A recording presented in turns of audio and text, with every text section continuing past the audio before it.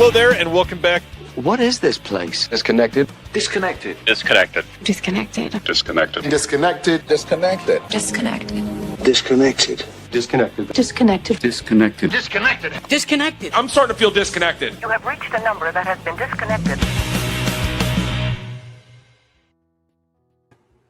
Hello, everyone, and welcome to the brand new year, 2026, live on a Thursday night with my buddy, Mr. Dr. Will Dodson. How we doing? Mr. Doctor. Yeah. Happy New Year, buddy. How are you?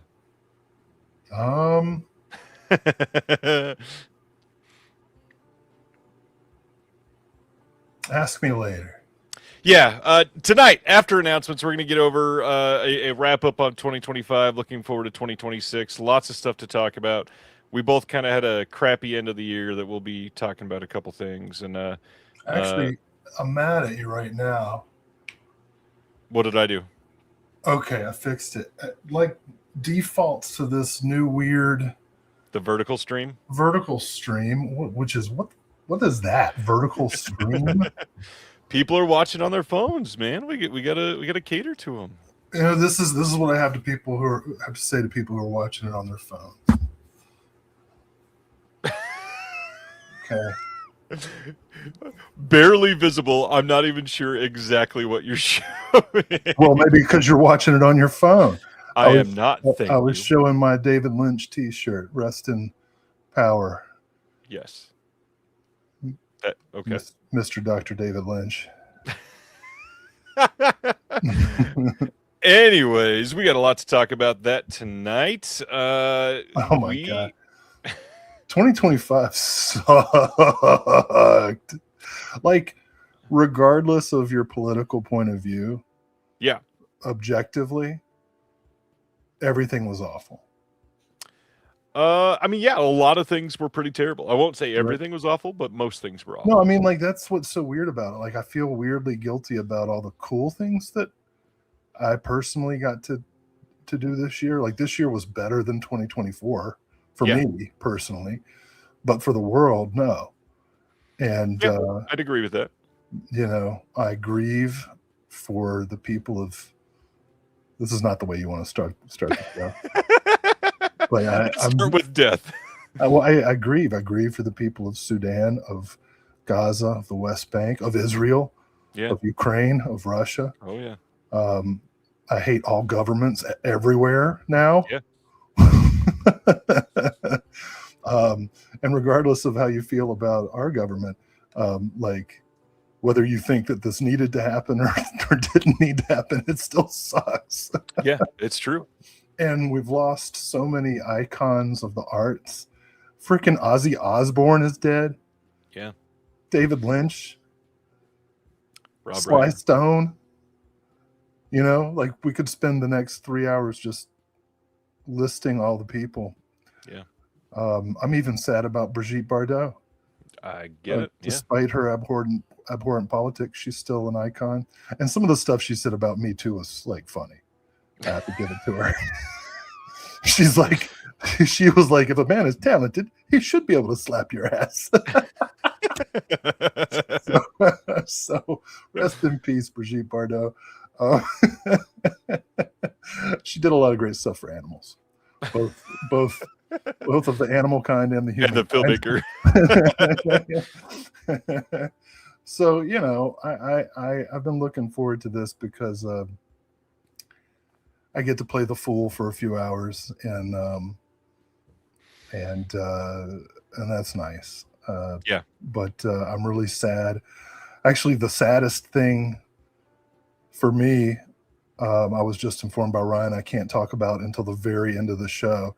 So anybody who's listening, if you want to hear the saddest thing that happened, in my opinion, you're now going to have to wait as we get through 73 partner label announcements. Let's be honest here. There's not even 73 total announcements, let alone just partner label announcements. I'm kidding. Of course. As I just said, I play the fool. Yeah. Oh, you played well. Oh. No, it's been a fun couple weeks. He says wistfully. It's been it's been a hell of a year. These last 2 months is the way that I feel. That's for sure. Yeah. So everybody who's watching, thanks. Happy New Year to you. I hope that you're doing well. Josephine, I'm like for on all the movies that you asked about. In the Even worse, I can't even see Josephine's chat. I can't see the comment at all. I wrote them all down and then promptly set my paper over there. But if you tap the comment, because you can see it, it'll bring it up on the screen too. Since you're an admin, what am I tapping? Go up to the comment, put your cursor over it. How do I? Man, for people watching, I have to do this sort of thing. Oh, I'm sorry. Am I the host now? Is that what I'm doing? You are an admin account on this. There you go. Look at that. I'm glad somebody likes my political takes.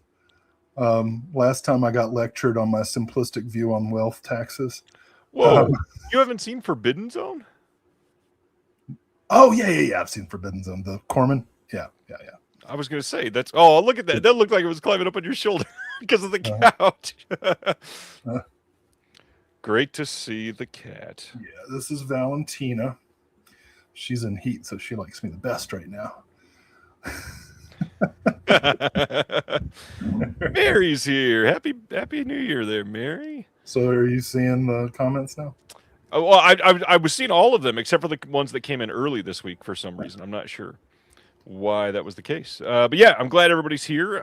It is going to be a hell of a week. It is a lot to talk about this week because we've got Vinegar Syndrome this week, but we don't have Arrow, which you and I normally do. They did it early. Shout Factory will be on Monday, so we don't have them. But yeah, we got an odd slate to cover this week. There's some things I hope I get to talk about. I can't remember when they were announced. But I feel like we jumped over an important controversy.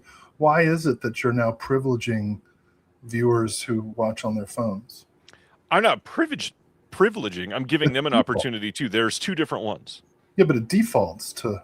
Oh, I don't know. I also to try to make it less confusing for people, I wrote the words portrait and landscape in the titles, so you know which is which. See if that works. Nice neck warmer. He's a cute one. Tonight, after our announcements, we're going to talk about some stuff from this year, talk about what's coming up in 2026, roll over some personal stories for stuff that's been happening to us lately, and we will happily try to discuss as much as we can. We'd love to hear stories from everybody else, stuff that was great for you this year, stuff that was personal or vulnerable that you want to share. We'll happily cover those as well. But before we get there, our usual stuff, you want to highlight anything new that you've watched in the last month, sir? Sure. So it was the season for Yuletide cheer. And so I watched a bunch of Christmas movies. Starting with a movie that's actually not a Christmas movie, Christmas in July by Preston Sturges, which I've been wanting to see forever and did not realize, A, it's only 67 minutes, and B, Sam Deegan commentary. So the movie was great. I'm going to listen to the commentary in the coming week. Surprisingly socialist view of the world. So I enjoyed Christmas in July. I recommend it to anyone. Revisited a classic, Terry Zweigoff's Bad Santa, which is in a bad case and could use, I don't know, a Criterion upgrade or something. Criterion. But, they got all Zweigoff's other movies, except for Art Touché. School Confidential. Why not get Bad Santa? Haven't seen Bad Santa 2, kind of afraid to. Been wanting to see this for a long time. Christmas in Connecticut with Barbara Stanwyck. Ooh. Yeah. This one's very conservative view of the world, but still enjoyable. A lot of double entendres in here. Great baby washing scene. And then I ran the series, Silent Night, Deadly Night, which remains a favorite. Silent Night, Deadly Night Part 2, which is you got the garbage day scene. That's basically the only reason to watch this. And then I got to revisit for the first time Silent Night, Deadly Night 3, Better Watch Out, with directed by Monty Hellman and starring a nearly mute Bill Moseley as the Santa killer with a tapioca what do you call that stuff? A tapioca Tupperware on his head, holding in his brain. The best of the series, in my opinion, Brian Usna's Silent Night, Deadly Night 4 Initiation, which is just about a witch's coven. Has no connection to the franchise. And I haven't had a chance to watch Part 5, The Toy Maker, yet with Mickey Rooney. Mickey Rooney. Saw it many years ago, and so I'm going to watch it to complete the series tomorrow night. Enjoyed that series. I saw Deathcember, which I was told by you was not good. I would love direct quotes rather than these words that you put in my mouth. What did I put in your mouth, Ryan? I did not say it was not good. I've not seen it. Uh-huh. I said I was told by others that this is not good. Others lied. Deathcember is quite good. It's an advent calendar of short films, the second of which directed by Michael Verratti and featuring friend of the show, Tiffany Shepis. But all of them are watchable. Even the lesser ones are short, so you're immediately moving on. Halfway through, you get a Ruggero Deodato short film that is hilarious. Deathcember, recommended. 2 discs from Culture Shock. Disc 1, the film is 2.5 hours long because it's 24 shorts.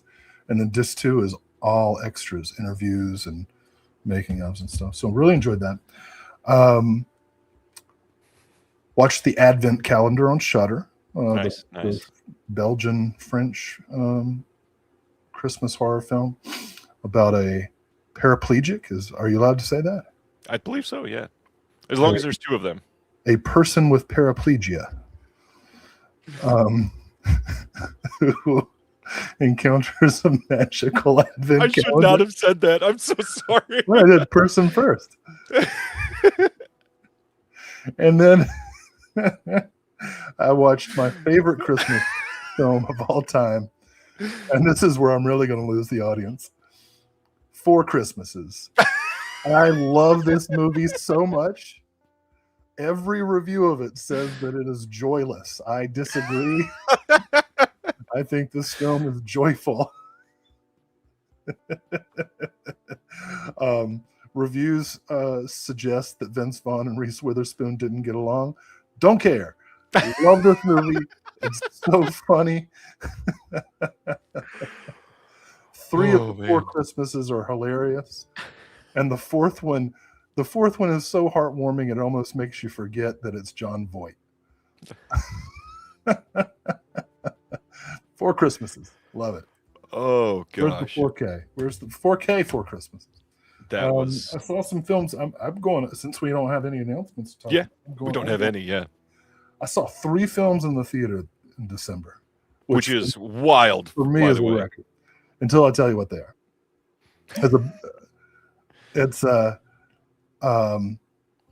I saw The Shining in IMAX.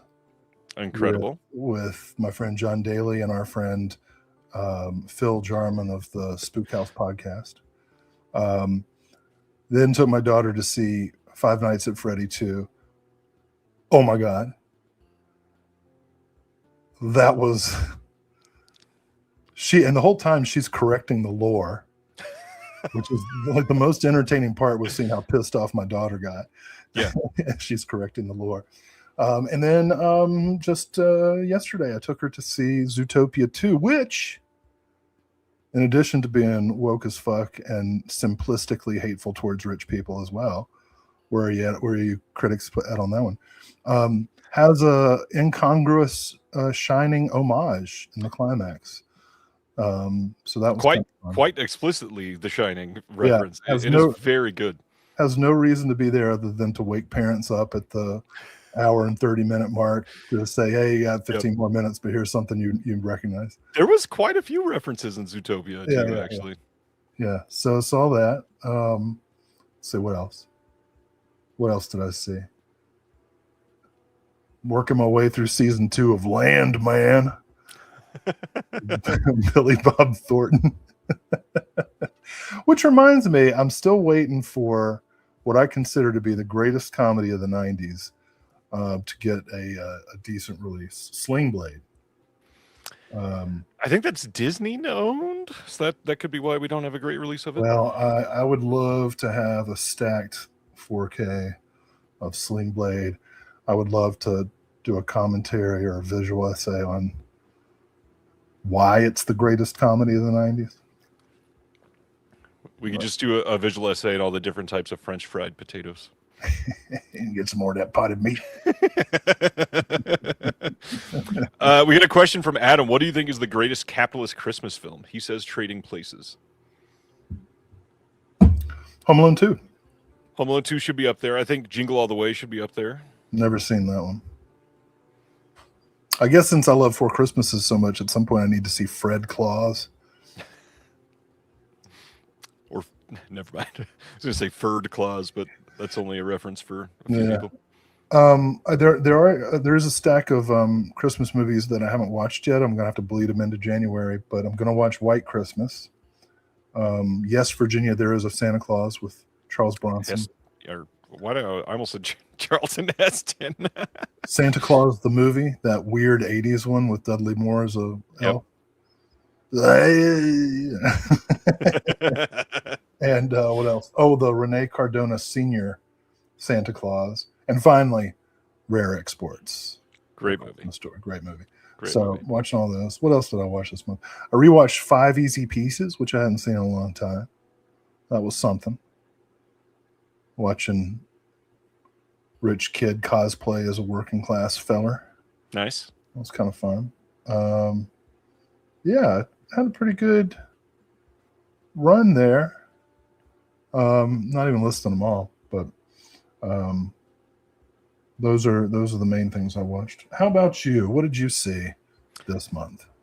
I watched a lot this month, but since I do this every week, I'm going to just share 2 from this last week. I caught up with Marty Supreme. That just came out and everybody's talking about it, so I won't say too much, but I will say it's freaking stupendous. It is possibly my favorite of the Safdie brothers films at all so far. I feel like it's better than Uncut Gems, which I truly enjoyed a lot. And I adored Good Time, but I will watch Marty Supreme any day over Good Time. Timothy Chalamet was shockingly great. There was a lot of people that disappeared into like borderline cameo roles. Like Penn Jillette is in it for 2 scenes, and he is just genuinely unrecognizable and incredible in the film. Really well acted, just very engaging story. And I will say, probably the movie this year that kept me more surprised than any other film. Like literally any scene, you could have asked me what was going to happen next, and I would have been wrong literally every single time. Loved that about it. That's the ping pong movie. It is the ping pong movie, although funny enough, that's not a huge portion of the film. They sure leaned on it in the marketing, and it's obviously like the crutch of the film, but it's not but maybe a third of the story. How does it compare to Balls of Fury? I will say it's slightly less comedic. Balls of Fury was a wild movie. Hey, you know what I did see? There's a new show. I can't remember what streaming service it's on. There's a new show with Anthony Edwards from the Minnesota Timberwolves, the basketball player, you know? Oh, yeah. Where he just plays sports with other people. And the first episode is him playing ping pong against some football player who's like smoking the biggest blunt that's ever been rolled. That's really fun. And a couple of Olympic ping pong players who, just beat the shit out of him. It's funny. Yeah, of course. That sounds great. So Marty Supreme with Timothée Chalamet. Yeah, it's by far the best film I've seen him in for sure. And then the other big thing that I watched this week is a semi-new Netflix documentary called The Perfect Neighbor, and it is very good. I won't say it's incredible or anything like that, but it's very good. And I think the best part about it is crafting the proper narrative without any background narration at all. It is pretty much entirely with body cam footage from the police and telling. Semi-nude. I was sitting out there and she had one. I don't know what that was, but that was funny. Yeah, almost entirely body cam footage, and then there's a couple things where they play like 911 calls, and then some information on the end. But yeah, And it's called Semi-Nude? I said semi-nude, not nude. It's called The Perfect Neighbor. Well, if she was semi-nude, she'd be the perfect neighbor. It is. You watch this doc, and that is so not true. Some very nice person in the chat sent me a sling blade thing. I didn't know my sound was on. Sorry. That is fantastic. I'll watch that later. Thank you. Yes. So yeah, see The Perfect Neighbor. Easily one of like the 10 best docs I saw this year for sure. Dang. Pickups. You got anything from this month you want to talk about? Pick up. I was about to do a whole. A whole theme song. What's that awful band? Real Big Fish? Were you gonna do a ska thing? You know, somebody's self-righteous suicide or something. System of a Down? Yeah, that band. That's what I was about to do. Pick up. Anyway, I got some 4K upgrades of two of my all-time favorite movies. Lady from Shanghai and Mouse Hunt. Good movie. I love Mouse Hunt. Absolute best movie Gore Verbinski ever made. I'm glad he's coming back. He's finally got a new film coming to theaters this spring. Well, if it ain't Mouse Hunt 2, I'm not seeing it. It's supposedly amazing, by the way. So supposedly, huh? Just it premiered at Beyond Fest and got rave reviews. Okay, just like December supposedly bad. I did the Kickstarter to support the Redwood release of Maciste in Hell. Yeah. Apparently, due to tariffs and other restrictions, shipping was in hell for about a month, but I got it. I picked up from Indicator Sahara starring Humphrey Bogart. Got to get rid of my old DVD. Picked up, what else did I pick up? Oh, great documentary about a non-problematic filmic genius, Riefenstahl. As soon as that sentence started, I knew this was going somewhere great. Here she's really like whenever an Austin-based comedian wants to film a set.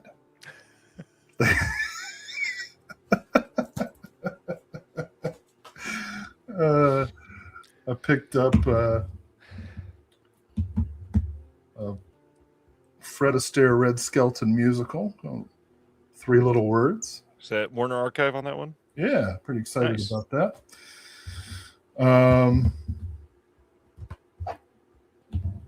Radiance, Ghost of Yotsuya. Pretty excited to see that. John Sturges, Mystery Street. Did you see Adam's comment? You have to remove the art from the problematic. I love that take on it. This has not, I don't think this has come out quite yet, but I got my contributor copy, so I wanted to show it off. This is the imprint edition of Jade, which I'm excited to say I, along with my friend Nina K. Martin, are the third commentary on. Yep. Michelle Kisner has a visual essay as well. Pretty excited. What else is on here? Another friend of the show did another visual essay on there. Who's that? You got the back in front of you. Chris O'Neill from Ireland. Oh, shit. Chris O'Neill. Yeah. Love that. The very first thing I ever did, Chris O'Neill was on. I'm Dangerous Tonight. And then we got a brand new interview with Darren Navarro on there as well. Yeah. Plus bonus feature, The Kid Stays in the Picture documentary, in which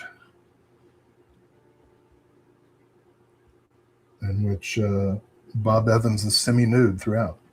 So I'm pretty excited. If you don't have the Vinegar Syndrome, or if you do have the Vinegar Syndrome, you should pick up the imprint version of Jade. Yeah, if you love the movie, this is by far the version to own. It is a pretty stellar increase over the VS. Last thing will be a promo, also a promo. A book that I'm in just came out. Oh, I thought you were going to show the other title and hide the nipples. Oh, no, we did that last month. You just got it in the mail from me. Right, but we talked about it last month. Yeah. Ryan is referring to Joe D'Amato's The Hyena on 88 Films. No, this is a collection of essays edited by Gloria Monti and Martin Schingler called Comebacks, The Return of the Aging Film Star. It's a collection of essays about final films of a wide range of actors, and my essay is on Woody Strode. Oh, that one. Nice. Yeah, so I'm really excited this is out. It came out straight in paperback, so it's affordable. Nice and affordable. Yeah. I love that we went with the same word. All right. So, what about your pickups? This came out on November 15th, and I Oh. just got in the brand new issue of the Physical Media Advocate. This was meant for Christmas and received it after Christmas. This is, I think, our longest issue yet. This thing has 60 pages in it, which is insanity. Completely chock full. We got a dedication to Drew Struzan there in the middle. Nice wide piece on Paul Thomas Anderson. All kinds of great stuff. Check it out. This is maybe my favorite issue we've done yet. It's pretty up there. Friend of the show that we both love and have met in person amazingly, Mr. Laurent Omanzik from Germany, just put out a book. Here is the Vegan Satanist book that you can pick up right now. It is incredible, especially for the price. This thing was, I think, like $12, and it's... Is it in English? It is in English, yeah. Oh, shit. Well, I'll get a copy then. 300-page book, $12, Amazon.com. Gremlin's artwork, Madhouse, is the same guy that always does the artwork usually. That is Planet Mondo. You can check out planet.mondo on Instagram. He is great at what he does. And then the last thing, I am so excited about this thing. I don't think I've seen anybody except for one other person on my Discord who picked this up, and I really hope more people get a chance at this. This is by Rachel Herb Netterer. This is a VHS case that's called Lost in the Static. And when you open this up, it is, I love this. She took the VHS that she used to donate to take it apart for the case. She took the cover out so you can use it. And this is an entire book that she wrote on SOV films. This is such clever packaging. It's called Lost in the Static, The Untold Stories of Shot-on-Video Horror Directed by Women. It is very, very good. I got a couple stickers with it right on the inside from her. Some of the pieces that I've read on here, it is so good. Like, very, like, stuff that I've never heard of before, filmmakers I've never heard of before. A lot of it is just capsule reviews, but I mean, when you're trying to cover as much as you possibly can in this is, again, almost 300 pages. It is such a clever way to release this, and I really hope more people check this out. I think she only had a certain number like in the VHS packaging, and then she was selling the book by itself. But yeah, look up Rachel Herb Netterer on Instagram. That's where I got it. It was put out by Monster Press. I'm thoroughly impressed. This is such a fun release. So vajazzled. Will thought of that 4 words into when I was talking about that and was just waiting the entire time to say that. That's pretty close, actually. Oh, man. Anything else you want to cover before we run through all of the announcements and then get started on the year stuff? I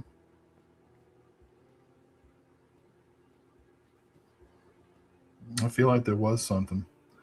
I'm really bad about long silences on your podcast. Yeah, kind of. Sometimes.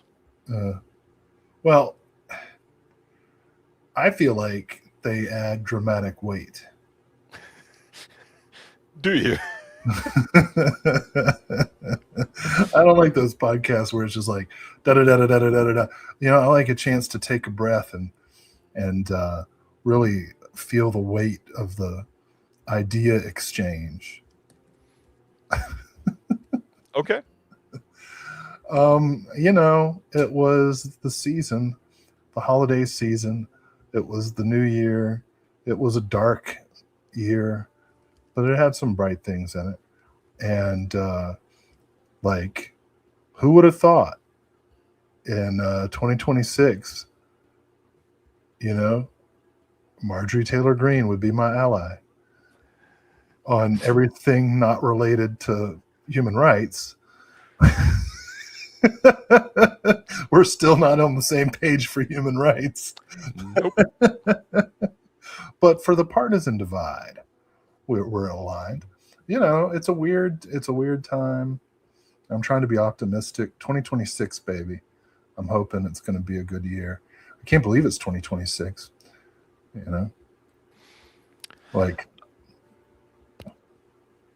just so everybody knows, I just put the link for that Lost in the Static book since multiple people were asking. You can check that in the chat there for afterwards. America is going to be 250 years old. One of the youngest countries in the world. And it shows. That show, yeah, well, you know, we get emotional. We have difficulty with emotional regulation. You know, that's like a teenager thing. Yeah. Hope we make it. Madhouse has a question for you, Will. In Japanese culture, Hatsuyume is the first dream one has in the new year. The contents of such a dream would foretell the luck of the dreamer in the ensuing year. So what'd you dream last night, Will? Well, if it came true, it'd be great. What's her name? Whoa! Hey, it's 2026. What's their name? Okay. Sorry, touche. You don't know. Or what's their names? You know.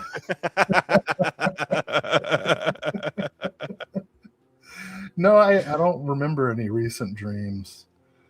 Ever since I started taking sleep gummies, I get these really vivid dreams, but I don't remember them very well. What's the question? Say it again. What was the first dream that you had in 2026? It's that simple. Whatever dream I have tonight, I guess. I fell asleep at like 7:00 last night. I wish. God, I wish. Then I woke up and I finished Silent Night, Deadly Night 4. Oh, you know what else I finished? A movie that I started in the theater and walked out on. Dangerous Animals. Good movie. It came on to Shudder, and so I watched the last 50 minutes, the part that I hadn't seen. I disagree. I didn't care for it. You're a shark like me. I liked it. I don't know. You're a shark. I didn't care for it. But, you know, I can understand liking it. It was fun. It was unique. I am going to say that, like, to everybody. Yeah, you're like me. You're a shark. I could see that a full, like, if we were spending the whole 98 minutes with him, that movie would have been much more annoying. Oh, yeah, we could spend quite a bit of time listening to those two fucking millennials talk about roles, dinner roles, and commitment issues. Oh, my God. I wish the Sharks had gotten all of them. Oh, man, that's great. All right, let's get into announcements so we can get through this and talk about some of the heavier stuff. Let's start by bringing down the hammer. Hammer Films announcing that on March 9th, they are putting out a 4K Blu-ray dual format package of Spaceways from 1953. Have you seen Spaceways? I've not seen this one. I've not seen Spaceways. So this says, Howard Duff, known to posterity as the definitive radio Sam Spade, stars as a pioneering space engineer embroiled in murder and espionage in this early 50s Hammer space noir. This is going to have a new commentary with friend of the show, Heidi Honeycutt, and Sarah Morgan. We got a new commentary on this one as well by David Flint. We've got lots of extras on here. For anybody that is not paying attention to Hammer Films releases, they are like setting the bar on what you should include as far as exhaustive supplements from, especially from the archives, because Hammer has access to so much from the not only just like the Hammer archives themselves, but from British history. So much of it was properly stored and archived in a way that was accessible. They are absolutely crushing it, and most of their stuff is coming out region free, so there's no excuse if you're into these films not to get them, other than their price. And if that's the case, check out the standards. They're not that bad. Huge booklet on this. We've got new writing by Heidi Honeycutt, Andrew Pixley, Sarah Morgan, Neil Sinyard, Miriam Belinskew, and Robert J.E. Simpson, plus some articles by Hammer expert Wayne Kinsey. Lots of stuff on here. I'm looking forward to Tim Lucas discussing spaceways and sci-fi films of the period with Stephen R. Bissett. That sounds like an incredible conversation. Yeah, I'm in. This definitely has the seal of approval from several people I respect, chiefly Tim Lucas and Heidi Honeycutt. So, yeah, sweet. All right, next up, we've got Kino Lorber someday putting out a Blu-ray of Unearthly Stranger from 1963. This is one that is directed by John Krish. I've never seen this one. I love this poster art on this, though. Yeah, I'm into that. Another one that I'm unfamiliar with, but what a cast. John Neville, holy cow, yeah. Gene Marsh, who we also lost this year. Gene Marsh, created probably my number 2 favorite TV show ever, Upstairs, Downstairs. Plus had a memorable one scene in The Changeling. And of course was the evil Bavmorda in Willow. Can you hear me okay? I leaned back from the microphone to accommodate kitten. You did. It's a little light, but it's pretty clear. I just want to say that I loved Willow. Yeah. Adam says this is very fun, small-scale sci-fi. And honestly, I miss small-scale sci-fi. Not everything has to be the end of the world. All right, next up is Kino eventually releasing a 4K of 1982's The Seduction. This is going to be a brand new 4K master. They do not mention HDR, which they normally do on these, so one thing to keep an eye out on. It's the same director as Tourist Trap. This is a fun movie. This was released previously. Have you seen this one? Got Morgan Fairchild in it? Yeah, I saw that back in the VHS days, so I'd be happy to see a nice restored version. Yeah, hopefully this looks great. All right, next up, we've got a fundraising campaign. Christopher Bickle, who is indie filmmaker that's put out, I think, 3 films in the last 6-7 years, something like that. They've all been getting increasingly much more fun with every release, and they've all been pretty decent for essentially being done completely on a shoestring budget. I am very, very excited to see what comes from this one. He's been hyping this up for quite some time. He is putting out a project here that he is calling, this one is, Cut to Red is the title of this film. And he put out a short film called See You on the Beach, which is a short film that is essentially a proof of concept film. He is from, I believe, Aaron, I see you in the chat. I think he's from South Carolina. Is that right? He's from that side of the country, does most of his shooting there, gets some really fun people involved. He is making some good stuff. He's the same guy that did Pater Noster and the Mission of Light last year, which was, or maybe that even came out this year. He's working very, very quickly. He also did Bad Girls and then The Theta Girl before that. Really great stuff. And what is interesting here is Kickstarter and Indiegogo have caused so many problems for so many creative types that Chris is trying to just ride on his reputation and say, fuck these fundraising campaign sites that take all your money and try to do things to be shady to people that are supporting you. We're just going to do it ourselves. So essentially, you can go to a site right now, that is cuttored.com.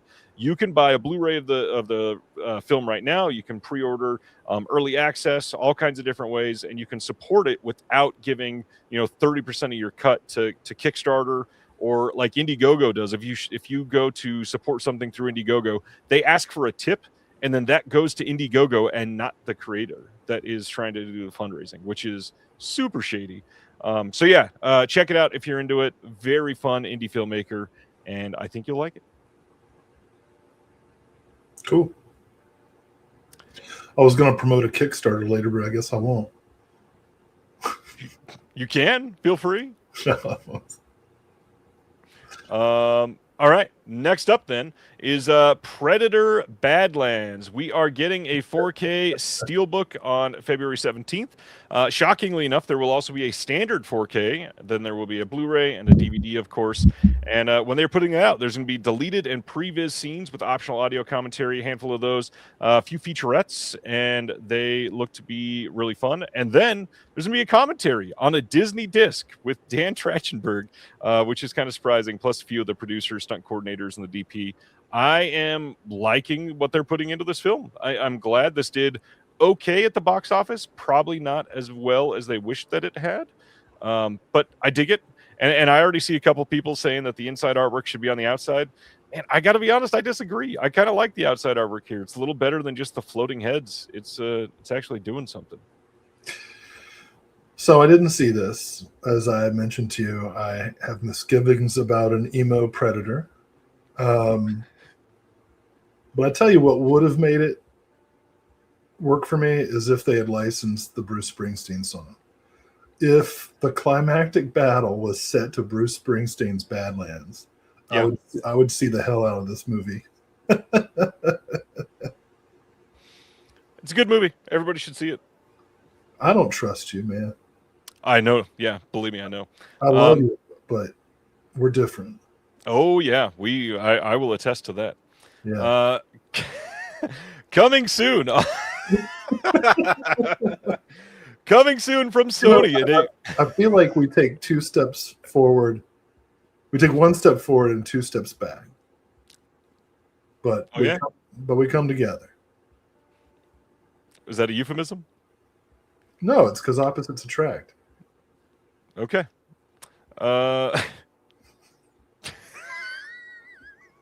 Coming soon from Sony Pictures is a 4K Steelbook, a standard 4K, a Blu-ray DVD of the brand new seminal film Anaconda, which people growing up with this one, I'm sorry. Jack Black, Paul Rudd in Anaconda. You can pre-order it now if this is your thing. I did not see it. Well, how are you talking shit? Because I saw the trailer. I thought the trailer looked fine. Look, now, I don't know if you're old enough. I'm a little older than you, but the original Anaconda. Yes. Did you see that in the theater? Because I saw that in the theater, bro. I was 10 years old when that came out. I saw it in the theater. Ice Cube, Carrie Wurr, John Voight. Owen Wilson. That was John Voight's best performance in 30 years. He was giving an unhinged performance in that film. He was. Well, the Anaconda was giving the unhinged performance. Because of the jaw. Yeah, I got okay. Eric Stoltz with a pin in his throat. I love that he is in it for like 27 seconds, and they're like, Eric Stoltz in Anaconda. Anaconda was awesome. I actually had misgivings about this new one because it's too straightforward a comedy. I'll probably see it on streaming, but the original Anaconda, choice. There are a shocking number of shots in that first Anaconda, which is literally just the camera shooting over to John Voight and him making the craziest face. You know, it was funny because there's the whole joke in Tim Burton's Ed Wood, right, where Vincent D'Onofrio is playing Orson Welles, and he's talking to Ed Wood about how he's trying to make Touch of Evil, and the studio wants Charlton Heston to play a Mexican. And then Anaconda comes out around the same time with John Voight. What is he supposed to be, from Brazil or Argentina or something? It's the best. The good old days. You know, and Carrie Wurr should have been a bigger star. I was so upset when Vinegar Syndrome put out The Prophecy 1 through 3, but didn't include Carrie Wurr's great work in Prophecy 4 and 5. Yep. When are we going to get those? Probably not now. Well, Anaconda, I don't have a problem with it. I mean, I'd see it. Yeah. All right. Will just got very happy. I did. February 9th, there's a Blu-ray coming still in the UK from Screenbound of John Wayne's Circus World with Rita Hayworth and Claudia Cardinale. This, I don't know what's going on with the rights. This does not have an HD release here in the States. So it seems like this is the only way to get this on Blu-ray. Tell us about Circus World. I cannot wait. What do you get when you cross John Wayne, Claudia Cardinale, and Rita Hayworth, and a bunch of European juggalos? A circus. Yes, it is fantastic. Rest in peace, Claudia Cardinale. I love her. She's Another one lost this year. yeah, and one of the few European artists to die who actually was not problematic. As far as I know, until the chat starts coming at me. Right. Actually, she hated the Romani. But That's not specific. well, we were talking about Romani moths last. Right. Oh God. Spongy moths, they're called now. But anyway, Circus World's actually super fun. It's like 3 hours long, and John Wayne runs a freaking circus, dude. What do you want me to tell you? If that sounds good to you, then you are going to love this movie. And if you're Ryan, you won't. There we go. 2 steps forward or 2 steps back. And one. No, this is great. Seriously. There's like the whole backstory of tragedy involving trapezes and whatnot. Yeah. Is that what they're called when they're plural trapezes? Oh, no, those are trapezoids. You're a trapezoid. What does that even mean? All right, let's go to our next one, which I'm curious if you had thoughts on this one. The band 5/8 is putting out a Blu-ray DVD combo of 5/8, Weirdo, the story of 5/8. This is available now. You can get this on their website. They've got the feature documentary. It's a little over 100 minutes long. They've got the cover autographed. If you're into the band 5/8, you can get that. There is a new 76-minute doc on the band featuring the best of Q&As from a year of touring. 3 audio commentaries with a bunch of people from the band and ex-members, some deleted scenes and all that stuff. Have you ever been into 5/8, Will? Never heard of them. What are they? It's a small punk band. It's what? Small punk band, I believe. Small punk band? Yeah. And now we got everybody in the chat making 6-7 jokes. I get enough of that for my 10-year-old. 5/8. Well, now it's starting to sound familiar. What's a song I should know? I honestly have no Name idea. 3 songs, Ryan. I'm not wearing their shirt. I don't know. Name 3 John Carpenter movies. Black Christmas. Shoot. All right.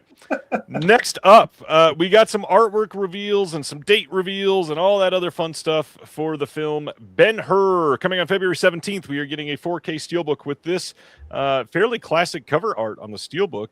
And it is going to get a standard 4K on the same day, and this will look like that. And this is going to have a brand new restoration of the film. It's going to have Dolby Vision with HDR, and then it's going to have a Dolby Atmos audio track. We'll also have 2 brand new features, Ben-Hur Anatomy of an Epic and the cinematography of Scale. I do believe that this has dropped off a couple of the extras that were on the old Blu-ray, and it's got pretty much everything else. So, unfortunately, if this is like one of your favorite movies of all time, you might be compelled to hold on to that blue, but this will probably be a great looking 4K.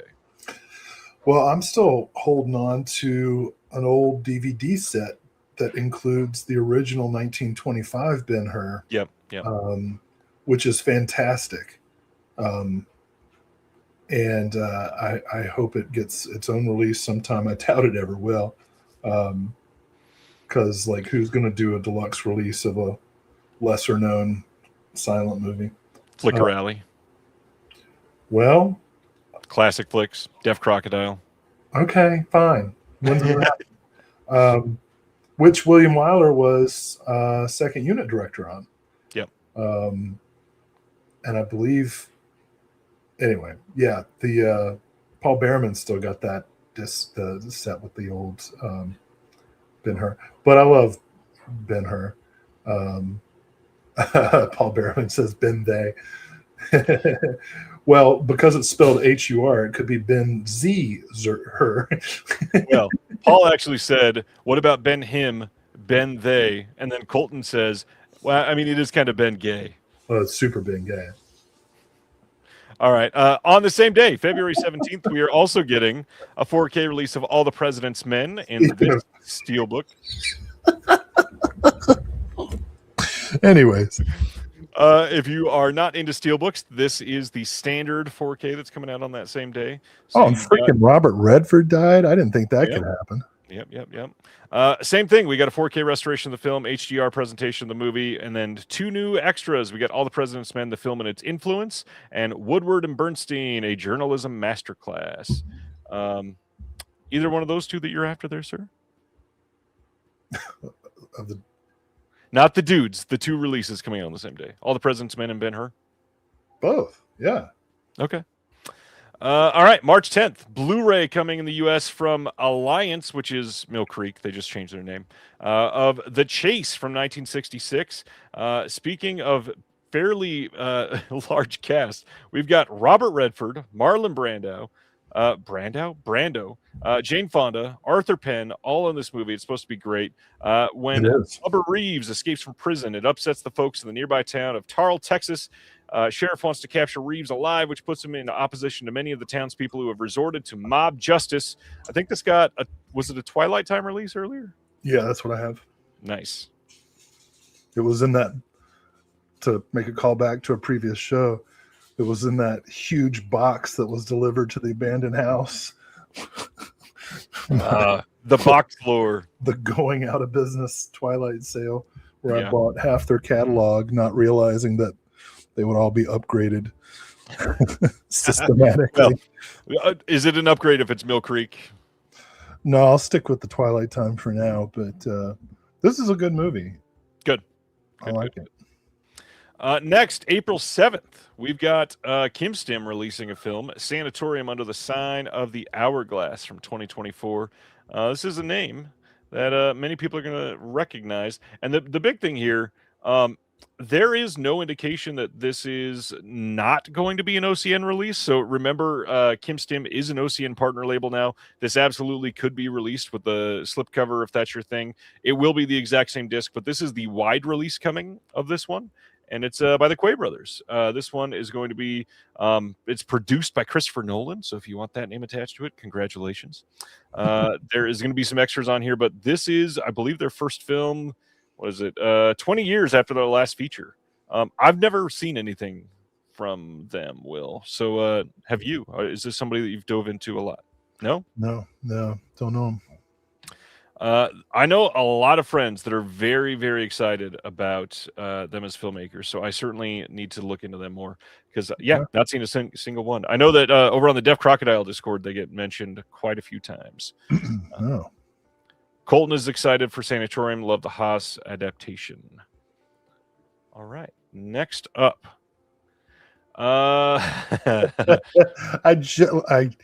You know what? I've seen this come across my streaming service algorithms and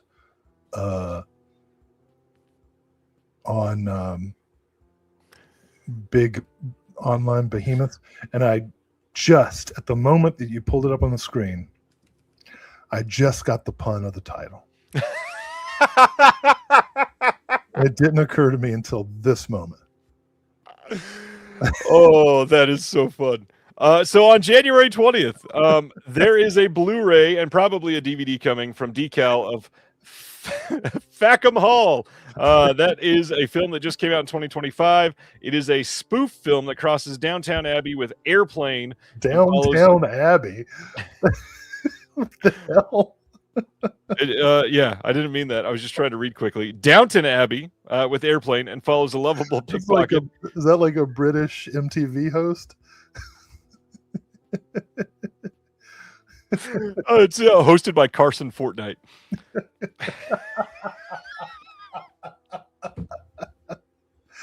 Oh, that was a super dumb joke. Speaking of, MTV just announced that they would no longer air music videos. No, MTV does not exist anymore. That was what they did. Yeah, it is completely gone. They played Video Killed the Radio Star and took it all down. I'll tell you what, and then we can talk about Fackham Hall. Okay. the thing that I feel the sorriest. What am I trying to say? The thing that the single thing that I feel saddest about millennials and Gen Zers and Gen Alphas not experiencing is MTV. Mm. And when I talk about MTV in classes on media history and so on, Zers and Alphas, like, all they've ever known is ridiculousness. Right. They don't even know the real world, much less frickin' turning on your TV at any time of day and watching frickin' Chuck D take down the system. Right. You know what I mean? Like, and I'm, I don't know if you're old enough, but I'm just old enough to have grown up on MTV before Carson Daly, right? Before, because the beginning of the end really was Total Request Live. Yep. Right. When they just let some bunch of 13-year-old idiot kid, who are now elder millennials, I guess, request In Sync over and over. But we had Headbangers Ball and YoMTV Raps and 120 Minutes, an alternative nation with former liberal Kennedy. It's just sad. I miss it. Oh, Kennedy. So here's what I have to say. Fuck them all. Back to your advertisement for this British spoof. I'm going to mention that Colton said at their house they call it Downtown Arby's. So this is a spoof that crosses Downton Abbey with Airplane and follows a lovable pickpocket as he lands a job at a unique English manor house. He quickly rises through the ranks and forms a forbidden romance until an unexpected murder occurs. I saw this in the theater. Did not love this. It was an attempt at very frenetic Airplane, like laugh every 5 seconds. The hard part is that Inspector, I speak Cockney. The only reason that Airplane works is because you have to I mean, there's so many jokes that land playing fun, that it is like genuinely great. With this one, like 1 out of every 8 or 9 jokes actually landed. So it's a higher ratio than many, but still not high enough. I feel very weird that Tom Felton and Thomason McKenzie were in this. Neither one of those were faces I expected, and check it out if you want that Blu-ray. What a tepid recommendation. I'm not trying to recommend it. I'm just being honest. That's my job. Only every 8th joke lands. If you are into 12.5% of jokes being funny.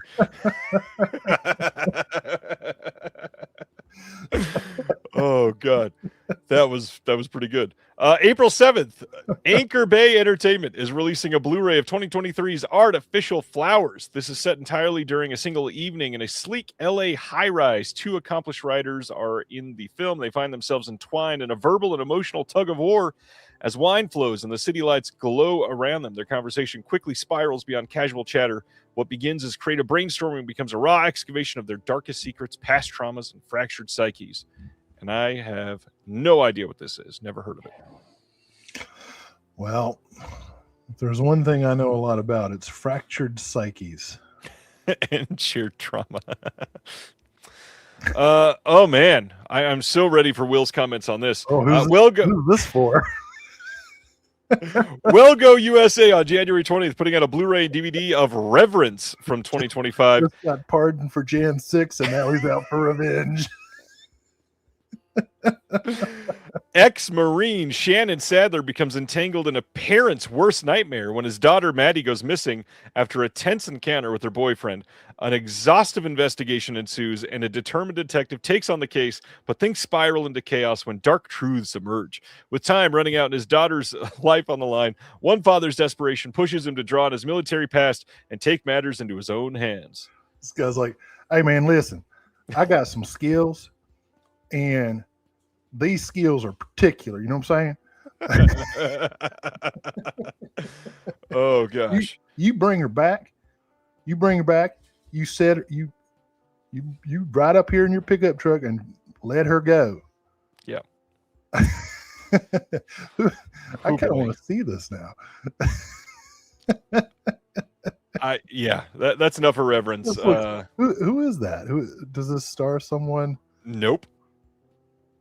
Okay, this is just Nope. straight up. Nothing. Just Nice. straight up red state porn. Well, for once, Well Go USA is not just the company; it's the tagline. We'll go USA. You know. That was pretty quick. Good job. All right. Next up, we've got Lionsgate putting out a 4K of The Housemaid, which was just out in theaters this last month. It's getting a 4K Blu-ray and DVD in the UK soon. You can pre-order that now. There are some extras on here. We got a commentary with Paul Feig. We got a commentary with Paul Feig and the creative team. We've got a featurette called Making the Housemaid, a featurette called A Housemaid Tour, a peek inside, and then some deleted scenes and outtakes. I saw this movie. It was very entertaining, just not a good movie. What? If it's entertaining, it's a good movie. It depends on what you're going for. Yeah. I love the it- casting, especially because I've been for the last 6 months making the joke that Amanda Seyfried is the liberal Sydney Sweeney, and now we get them together with Seyfried Yeah. as the bad guy, which I love, and Paul Feig, right? Paul Feig. Didn't he do Heavyweights? Wasn't he in Heavyweights? He was, yeah. Greatest film ever made, Heavyweights. He's that guy. He is that guy. He directed Bridesmaids. He did. And he's a good director. It's a fun movie. The house itself in this was a very interesting setting for it. Now this is not a remake of the Korean film. That is not called The Housemaid. Isn't that The Housemaiden? I don't know. You got me all messed up now. Well, I'm interested in this. I like a good cat fight. Who's that dude? That dude is not the dude from the Sydney Sweeney romantic comedy and The Hitman. It is Brandon Sklenar, and he's Sklenar. Sklenar. Who He's am I pretty thinking of? intimidating in this movie. I'm not sure I'm thinking of the other guy with no lips, but he's really hot. which one. Everybody loves him. The Hitman. Raymond, the Hitman. Oh God, Glenn Powell. That's his name. He just hosted Thanks, Paul. Saturday Night Live. Yeah. He was on Saturday Night Live, and they did a sketch in which one of the cast members does the whole bit is doing an impression of the stand-up comedian Sebastian Mariciano. You know what I'm The talking about? Cherry? No.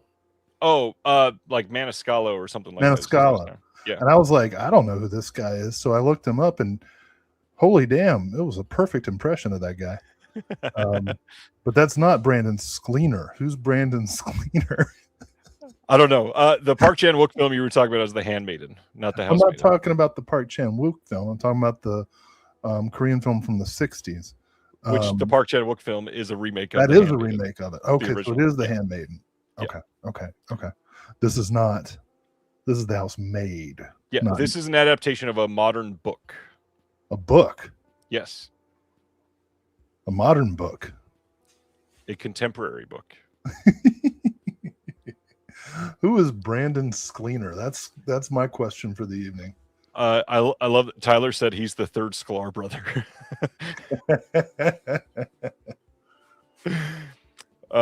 He's the antagonist in Drop. He's the date in that film that came out this year. Did you? I know you didn't see Drop, but I'm sure you saw the trailer.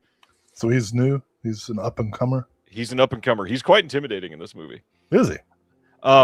This film also getting a 4K here in the US. It is coming in a digibook. You can check that out. It's not dated, but you can pre-order it on Amazon. We were going to talk about it later, but we'll just cover it now. There it is, The Housemaid. Check it out. The Perfect Gamble, starring David Arquette in Hell yeah. what looks to be either terrible Photoshop or ruthless AI. This is coming on January 13th. Also from Well Go USA. Seems to be a rough period for them. Blu-ray and DVD. Are you sure that's David Arquette on the cover and not Danny Abacusser? No, I'm not sure. I'm not. I very well could be wrong. David Arquette. Fresh out of prison, high-rolling gamblers Charlie and Felix risk everything to build an underground casino. As business booms, Charlie falls for their newest hire, Soria, a sharp-witted woman with a dangerous That's past. Sonia, dude. I can't see. My eyes are killing me today because I've been on the computer for like 19 hours straight. But when the Russian mafia takes notice of their success, the stakes are raised as their dream turns into a deadly game where every bet could be their last. I love it. I kind of want to see this. All right. Let's get into some OCN. If you're fresh out of prison, I don't think you're a high roller anymore. It depends. Were you in Gen Pop? It's David Arquette, I'm assuming. Probably. All right. Let's go to this big one. In 2026, Warner Brothers putting out a 4K of Speed Racer from 2008. This is one of the most coveted 4Ks for a lot of people for the last handful of years because the colors from this are going to make your eyeballs bleed. Do you like Speed Racer from 2008? I haven't seen it yet. However, one of my students this past semester in my cult films class did a project in which he argued that Speed Racer is going to be considered one of the next great cult classics. 100%. So I was like, well, I guess I'll see it. It is wildly stylistic. It is something that is definitely going to be a big deal for a lot of people that grew up on this. The final scene in this, or the final act, I guess, of this is pretty damn impressive, and it's going to look great. That being said, keep in mind, this is really only going to be like a 2K upscale, and then with HDR applied, it's not going to be a proper full 4K release. Look at this shit I'm dealing with right now. I'm going to move my camera. Can you see? Here, I will make that better. What up, dog? I don't even know what he wants. I do know what he wants. He wants his pills. My dog has anxiety, so he takes a shit ton of gabapentin and Zoloft. It sounds like two characters from Yo Gabba Gabba. I'm like, it's a bully. He's like 67 pounds. What's he got to be anxious about? Ain't nobody fucking with him. Ronnie's excited, though. All right, that is Speed Racer. I'm sad that Will hasn't seen it. I have a feeling you'd actually like this one quite a bit. Yeah, I feel like I should take a bunch of Trucker Speed first. Like a whole bottle of Yellow Jackets. Please don't. I would really like you to survive this year. Oh, man, I used to take Yellow Jackets every day. My scalp felt like bugs were crawling on it all the time. Oh, boy. Damn. I used to be into drugs. I still am, but I used to be. Yeah, that was good. Connor Holt says Speed Racers played at midnight at the Vista this month. That'd be fun. Yeah, that'd be cool. Although I got to tell you, I was just talking. Better than The Matrix, says Zombies Ate My Arm. Damn. Wow. Okay. I was just talking to somebody about this the other day. You know, I'm very pleased to live near an Alamo Draft House and all that stuff. But like all the movies I want to see, the show times are like 9:30, 10 o'clock. And I can't do that shit anymore, man. Yep. I'm not. I can start a movie at 10 o'clock if I'm at home, knowing full well I'm going to fall asleep and finish it the next day. Yeah. But I can't drive to a public place and interact with denizens of the night. I don't know if you've noticed the same thing or if it's not the same over there. I have been very excited to see a lot of bands that I grew up loving that are still touring or touring again are also old like me and have changed to only have like one opener and the show starts at like 6:30. And suddenly bands that used to go on stage at like 11 are now going on stage at like 8. And I'm so excited about that. Yeah, that's how it's been for like last month. Went to see the Melvins and Red Cross. Started at 8, over by 10:30. Awesome. Nice. That's the way to do it, guys. It's a good time. Yeah. Yeah, pack it in. 2.5 hours. Get home. Call it a Yeah. day. All right. We're going to talk about these after, and hell was it's that? time for OCN. It's my Wait. roundup of last year. Oh, okay. Well, I didn't get an opportunity to make a graphic. You did. You had a full year to do it. All right. First up, the VSU for this month is Tank Girl, Lori Petty, and a bunch of. I don't like that they gave her ED. Great movie, but I don't know about that cover art, dude.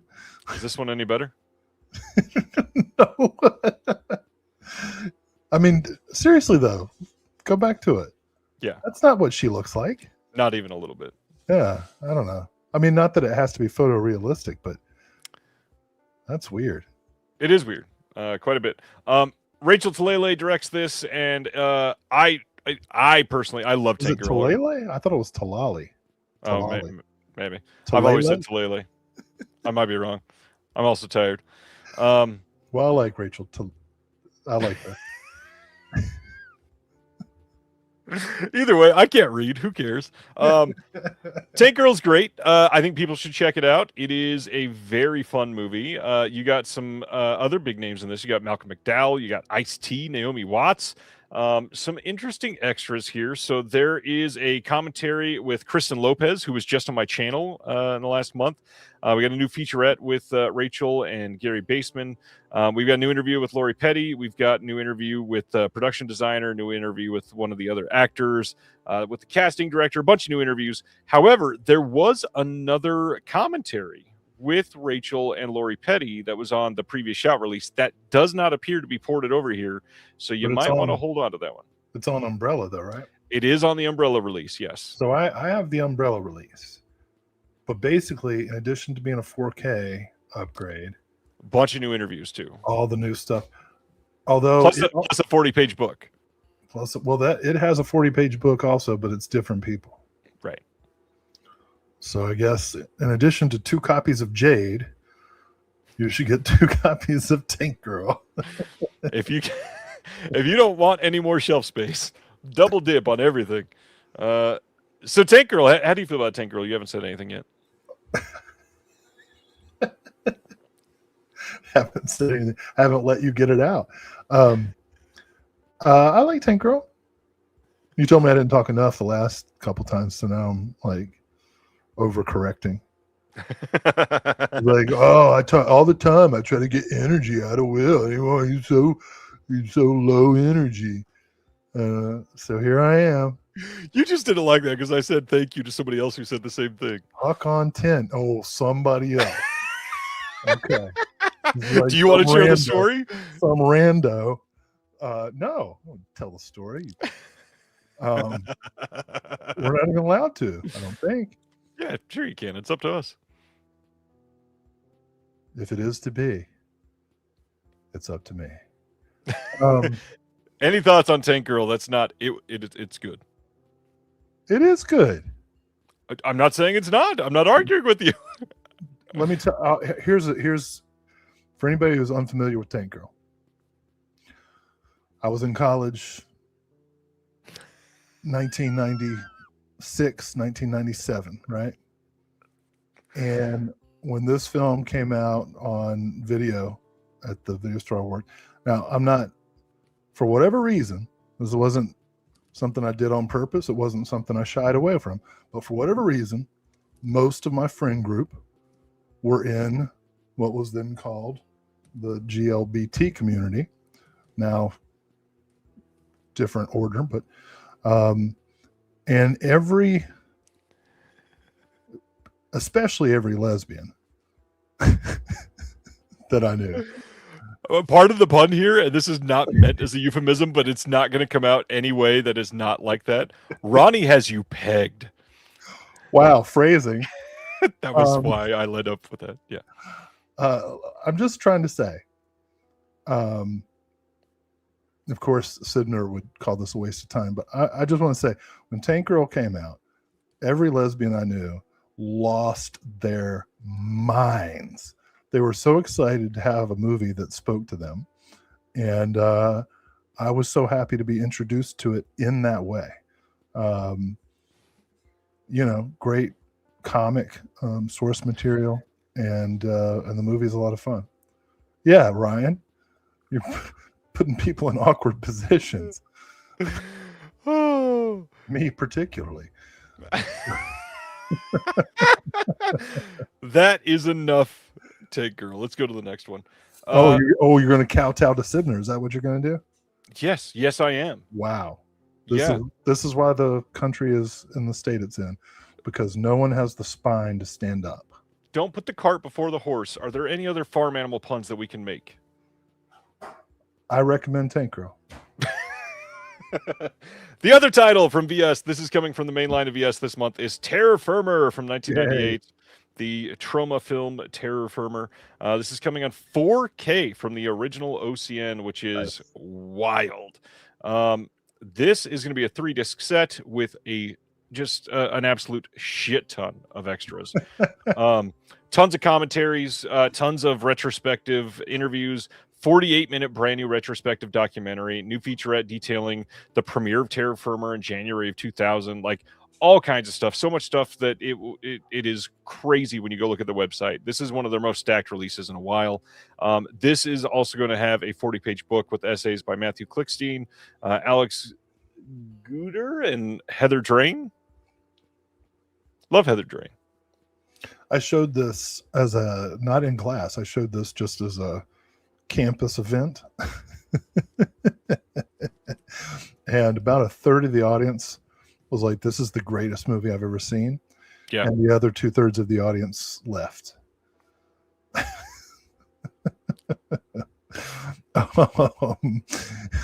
I loved Terra Firma. And, this is Merchants of Death. Still waiting for the ultimate trauma release, but this is great. We'll see if it happens. It seems like they're making their way through most of them. Next up, speaking of Merchants of Death, VS is releasing as part of their main line a 4K release of Dario Argento's Phantom of the Opera. Now, Will, I know you got lots of thoughts on this one. Yeah, it's fun. It's been maligned, not completely unjustly. What was this? This was the follow-up to Stendhal Syndrome, right? Yep. But I thought it was cool. It's funny. It's atmospheric. It's another banger performance by Asia Argento, who we're going to hear from again Just a moment later today. Yeah. I would not put this in the top tier, but I would not put this in the bottom tier. Right. This is kind of mid. Put it around maybe slightly below Trauma. Yeah. But I'm happy. I'm happy to get rid of my old Scorpion Blu-ray and take this upgrade. And they poured it over the extras. You got the commentary of Troy Howarth and Nathaniel Thompson. That's pretty good on this one. You've got a lot of interviews that were on some of those previous releases. This is going to be a solid looking release. It'll look great. Just not one of his best. I know that, and I sympathize with this view. I know that you always prefer something new that you've never seen before than an upgrade. True. But as somebody who's completely out of room, yes, I'm happy to get upgrades. And in fact, there's a couple upgrades that we'll talk about later that I'm super pleased about. But yes, Phantom of the Opera. I like it. Good. Next up, one I'm quite excited for. We got a Blu-ray release coming as part of the VS mainline of Made in Hong Kong Volume 2. This is going to include New York Chinatown. It will include Best of the Best, and it will include Final Justice. Lots of extras listed here. I have unfortunately not seen any of these yet. A lot of these have been discoveries for me, so thanks to Vinegar Syndrome for those. We got a 40-page book coming on this with essays by John Dixon, Travis Woods, and Sam Deegan. New York Chinatown will have a commentary with Kenneth Bronson. There's a new interview with Melvin Wong, new interview with Lung Passan. Best of the Best will have a commentary with Sam Deegan, a new interview with Herman Yao, an interview with Tony Lung Hunghua, an interview with Benz Kong, and then new visual essay by our friend Miss Erica Schultz. Congrats, Erica. This is going to be Kento Pop in Hong Kong cinema, a golden age of multimedia stardom, and I am dying to see that. And then Final Justice, we'll have a commentary with the one and only Frank Jang and a new interview with Alman Wong. Yeah, this looks like a really solid release. I'm very excited for this. Yeah, I enjoyed the first box set, and these are all films that I have not seen, but I have on like lists of movies to watch. So yeah, it's perfect timing. Yeah, let's go to our next one. They have made the second version of their Vinegar Zine-drome available. This is their paperback zine that you can check out. This is limited to only 1,500 units. There is a Meet the VS Staffer portion on Evie, who everybody used to get emails from, and now she's not the only customer service rep anymore, so everybody gets emails from other people. There's going to be a piece by Curtis, who's been on the show here before. There's an interview with Haunt Love, who does a bunch of the slipcover designs and has worked with a bunch of other companies, including Deaf Crocodile, and did the layout for Miss Erica Schultz's book. Love Haunt Love's work. There's going to be a piece on Cat 3, an introduction to the extreme cinema of Hong Kong by Miss Sam Deegan, and then an interview with Sam Digastrina, Full of Hell. Yeah, looks like a really solid lineup. Love it. Okay. I didn't check out the first zine. I guess this might be worth looking at. Yeah, it's pretty. I mean, less than $10, not bad. Vinegar Syndrome has added a few new things as far as merch. We've got this Vinegar Syndrome Beanie Volume 2. There's a Behind the Green Door soundtrack CD, and then this long sleeve tee. But my big thing, I like the design. I just hope before they send it out to everybody, they properly spell Vinegar Syndrome. I thought it was on purpose. I thought it was like some Cockney thing. I don't know. God, I hope not. Vinegar. It's vinegar.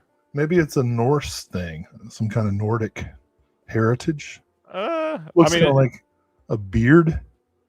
Well, they called it Occam's razor, so. Oh, there's boobies. I can't wear that to work. No, the boobies are covered. There's no nipples. Yeah. At least. Tyler says they should leave it like that too. I really hope not. It'll be worth more if you get the misspelled one. Oh gosh, yeah, not great. Vinegar Syndrome. Vinegar. All right, let's talk about some partner label announcements because there are a ton of them. There's 25. Yeah, first off, giant number to start the year. It's more than a score. It's true. On top of that, I had not counted in the longest time. They have more than 40 active partner labels now. More than 40. Thoughts? They must offer them a great deal. I don't know. All right. I mean, it shows they're hustling, if it works. In terms of me as a consumer, it's, I get a lot of shit for not watching first of all, I get a lot of shit for not watching new movies.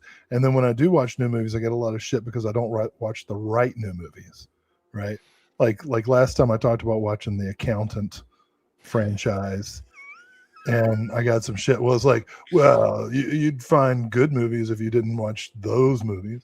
Well, these partner labels are how I watch newer films, like for real. And I let the record state before he continues on. Nobody said that to Will last time. 100%. Look back through the chat. Nobody has time for that. 100. Well, it happened. Don't gaslight me, Ryan.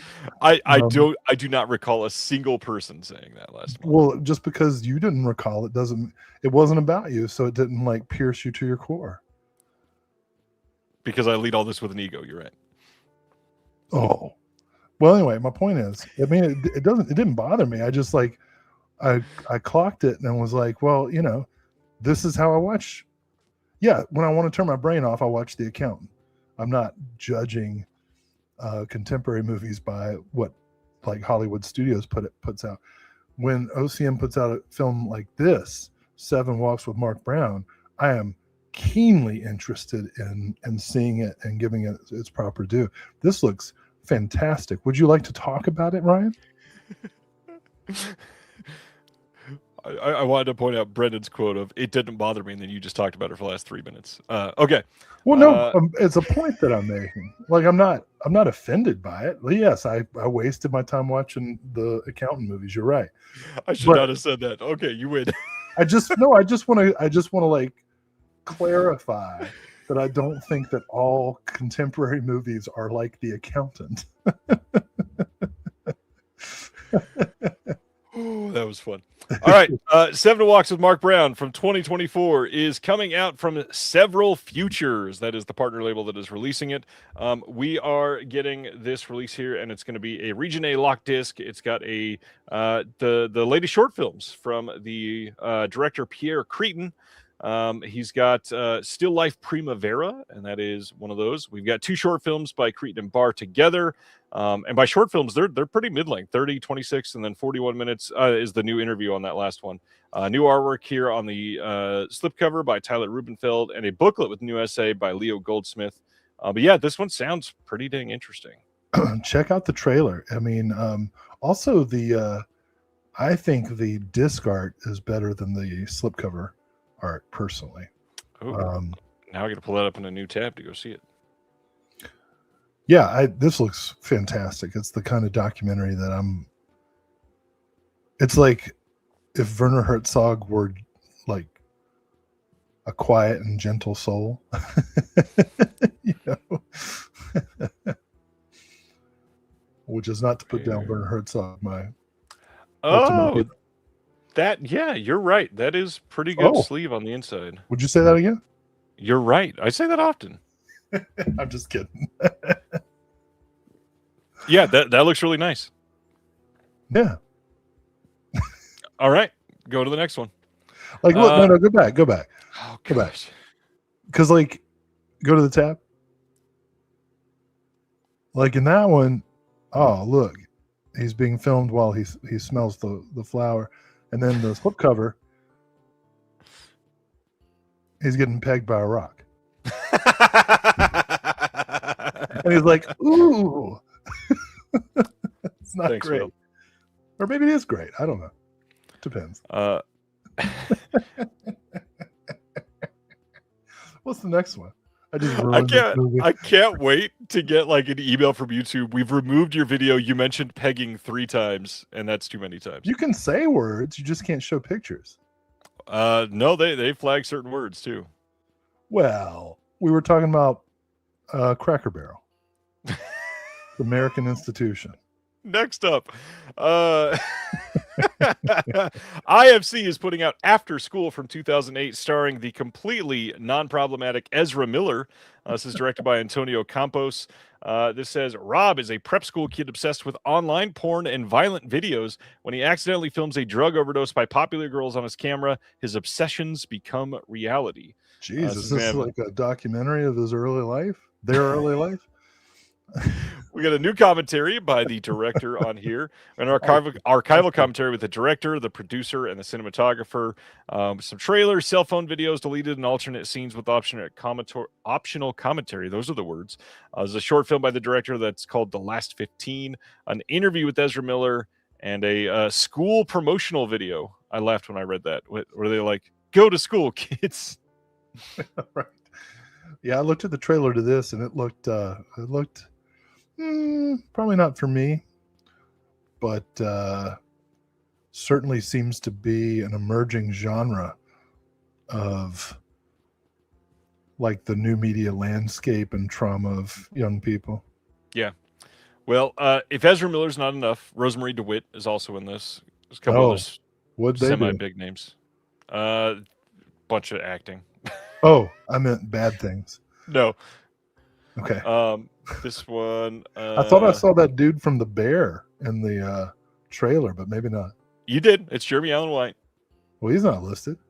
No. Well, he was still very new to the scene. It was 2008. He was. Well, so was Ezra Miller. Yeah. But yeah. Hey, let me tell you. Tell me. That bear dude looks good in his underwear. You seen that? No, He did the underwear commercial. have no idea what you're talking about. Well, who's the homophobe now? I don't watch. I'm a commercial phobe. I don't watch ads. I have no clue what you're talking about. Oh, Google it. Safe search. Google Jeremy Allen White underwear. All right. Next up, Birthright is coming out from Brainstorm Media. This is from 2025, and it says when a couple expecting their first child wait. moved to a. But that's for Erica. When a couple expecting their first child moved to a new town, hoping for a fresh start, they are confronted by a darkness that threatens to claim their unborn child as they discover their place in the cursed history of their new home. For those listening to the podcast without benefit of the visual, the backside of the slipcover is a baby carriage on fire. And Ronnie says there are lesbians in this movie. So it's got something for everybody. Amazing. This has a trailer behind the scenes and some deleted scenes on the disc. Brainstorm Media, they've put out a couple good ones so far. I'm interested in this. Yeah, this is on Shudder too, I think. Maybe I'm wrong. I think it at least was on Shudder. Yeah, I'm not sure if it still is. I want to preview this first, but hey, full car, nice. Yep. Witches, right. kids, baby carriages on fire. It's perfect. I'm for it. Next up, one that I know that Will's going to say a lot about. AGFA putting out a Herschel Gordon Lewis double feature of Blast Off Girls and The Girl, the Body, and the Pill from 1967 and 1957. This is going to be the first of their Herschel Gordon Lewis vaults release. Nice. This is going to be region free. It's got the Blast Off Girls preserved from a 35mm print, courtesy of UCLA. The Girl, the Body, and the Pill preserved from the only known 35mm print, as the original negative is lost.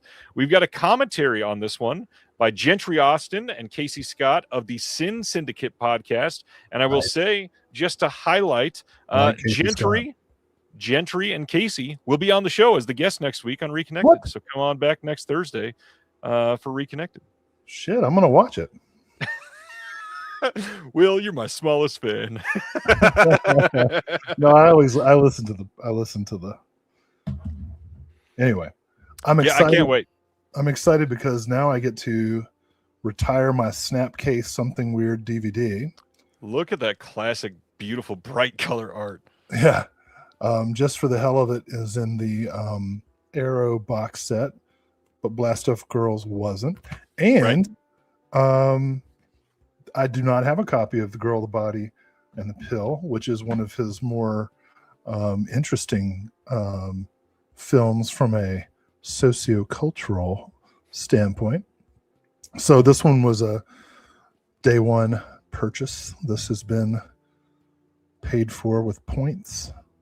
Nice. Pretty excited about this release. And the fact that it's the first of more to come. It is the first of more to come. Something Weird and AGFA putting out something special here. On the extras, go ahead. Before we get to the extras, I want to manifest this. AGFA. If you do a release of the Year of the Yahoo, consider us for the extras. If you do a release of Moonshine Mountain, which was shot very near where I live, consider us. All right, continue. I'll send an email. This is going to have an alternate opening for The Girl, the Body, and the Pill. It's going to have an audio interview.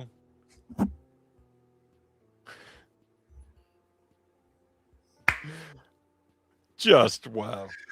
All right. Audio interview with the actress Nancy Lee Noble. There's going to be a short directed by Herschel Gordon Lewis called A Hot Night at the Go-Go Lounge. There's going to be a 51-minute collection of Herschel Gordon Lewis trailers from the Something Weird archives. A booklet with essays by Janet Jones and Gentry Austin. Look at that, Gentry on this twice. Got a essay in the booklet. I cannot wait for next week. Gentry and Casey are two of my favorite people this year. We're going to be talking about them when I round up the year because I definitely had to highlight the Sin Syndicate, One of the best podcasts out there that you could be listening to right now. I adore that show, and you should all be listening because they are fantastic. I have to say, I recently interviewed a filmmaker who knew Herschel Gordon Lewis and worked with him. And at some point, hopefully this year, we'll be able to say who it is. But I will say that filmmaker, when he found out that I was a fan of Herschel Gordon Lewis, said, I don't think that man ever said a true statement in his life.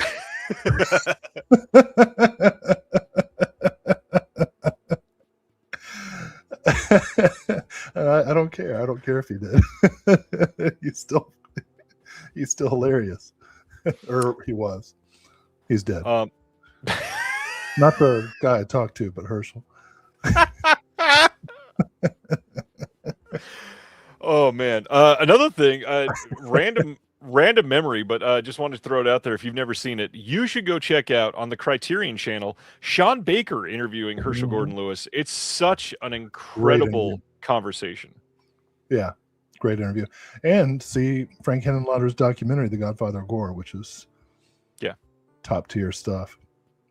Yeah, so come back next Thursday. Check out Gentry and Casey on Reconnected. Going to be a fun night. All right, next, Cartoona putting out Boys Go to Jupiter from 2024. This movie looks quite fun. The trailer for this looks crazy. It is an animated film like Cartoona generally does. This one is going to have a bunch of names that you recognize, like Janine Garofalo, Elsie Fisher, Julio Torres, Joe Pera, Sarah Sherman. There's a bunch of short films on here as well. We've got a commentary with Julian Glander, the director, and then a couple others from the film.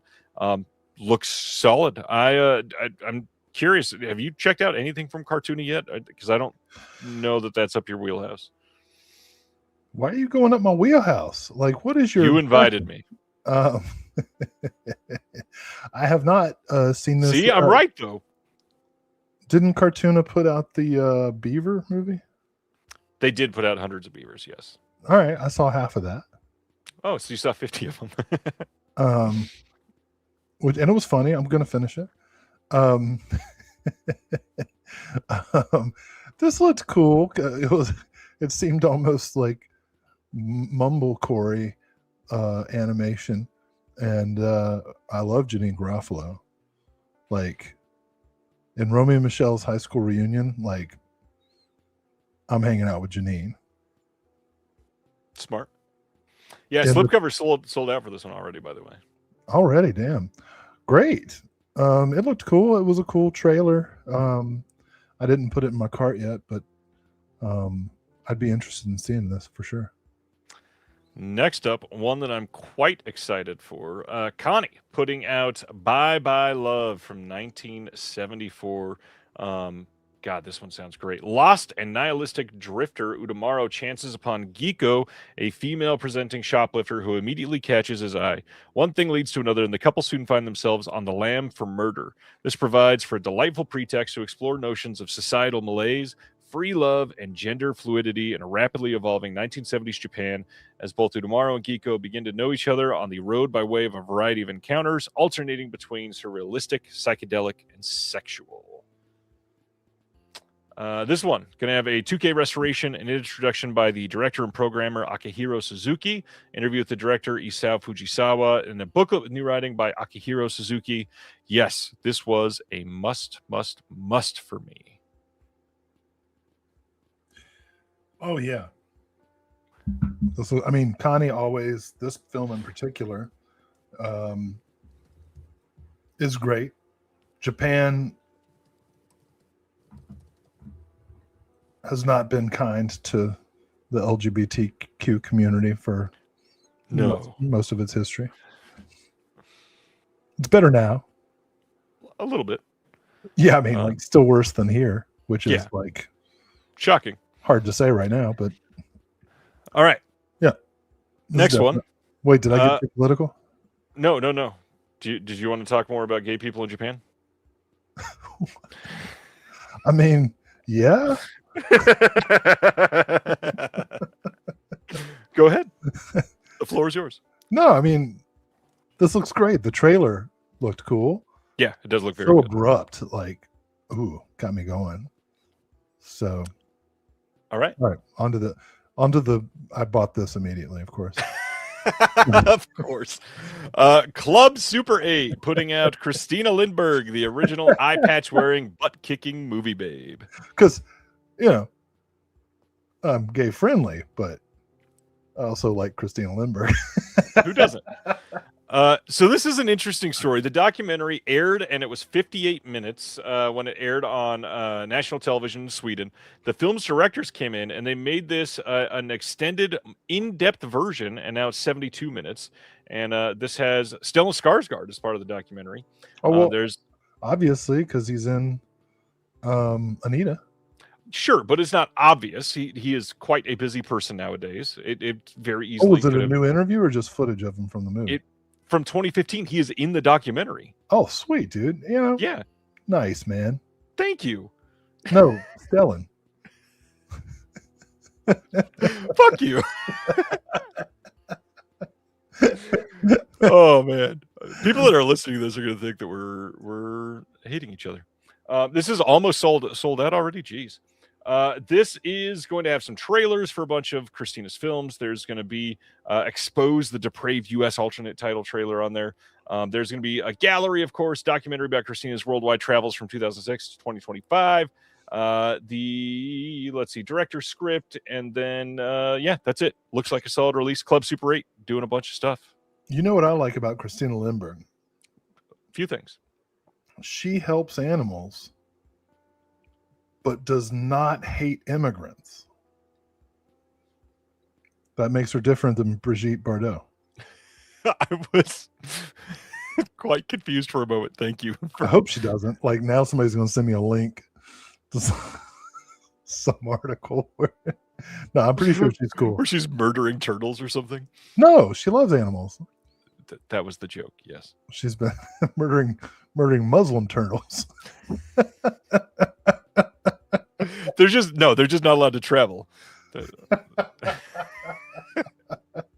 Anyway, Christina Lindbergh, what a cool story. I can't wait to see this documentary, because everything that I've read about her, and of course, her films, she's got such a cool presence. I've talked about this before, how she's just cool. And as an activist in her more recent years, she's been like 100% great for animal rights, animal welfare. Very cool. Very cool. All right. Next up, we've got from Shudder, The Dead Thing from 2024. This is directed by Elric Kane, co-host of the Pure Cinema podcast, which is friend of the show Brian Sauer's big podcast that he does. This came out fairly recently, and it's got an audio commentary with the director, writers, producer, and the editor, some behind-the-scenes featurettes, some deleted scenes, a book with new writing by Travis Woods. I've not seen this. I absolutely need to see this, because I'm very curious how Elric Kane is as a filmmaker. Trailer looked cool as hell. I immediately added it to my Shudder queue, and once I see it, I'll make a purchase decision. Anybody seen The Dead Thing? Let me know in the chat, because I've not heard hardly anything about this one, which I'm kind of surprised by. I feel like more people have been talking about it. All right, next up from Dark Sky Films. Dark Sky is a brand new partner label. Dark Sky is the company that put out like the Texas Chainsaw Massacre with the $200 plastic chainsaw that they did fairly recently. They did...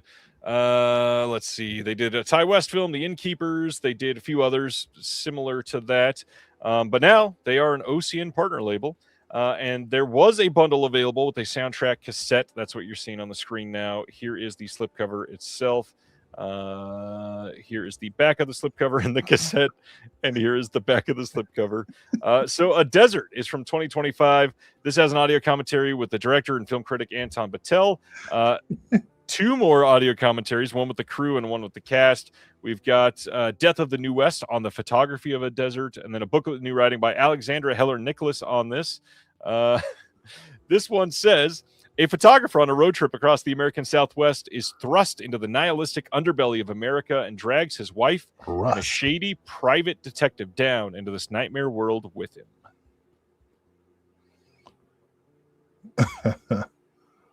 Any thoughts?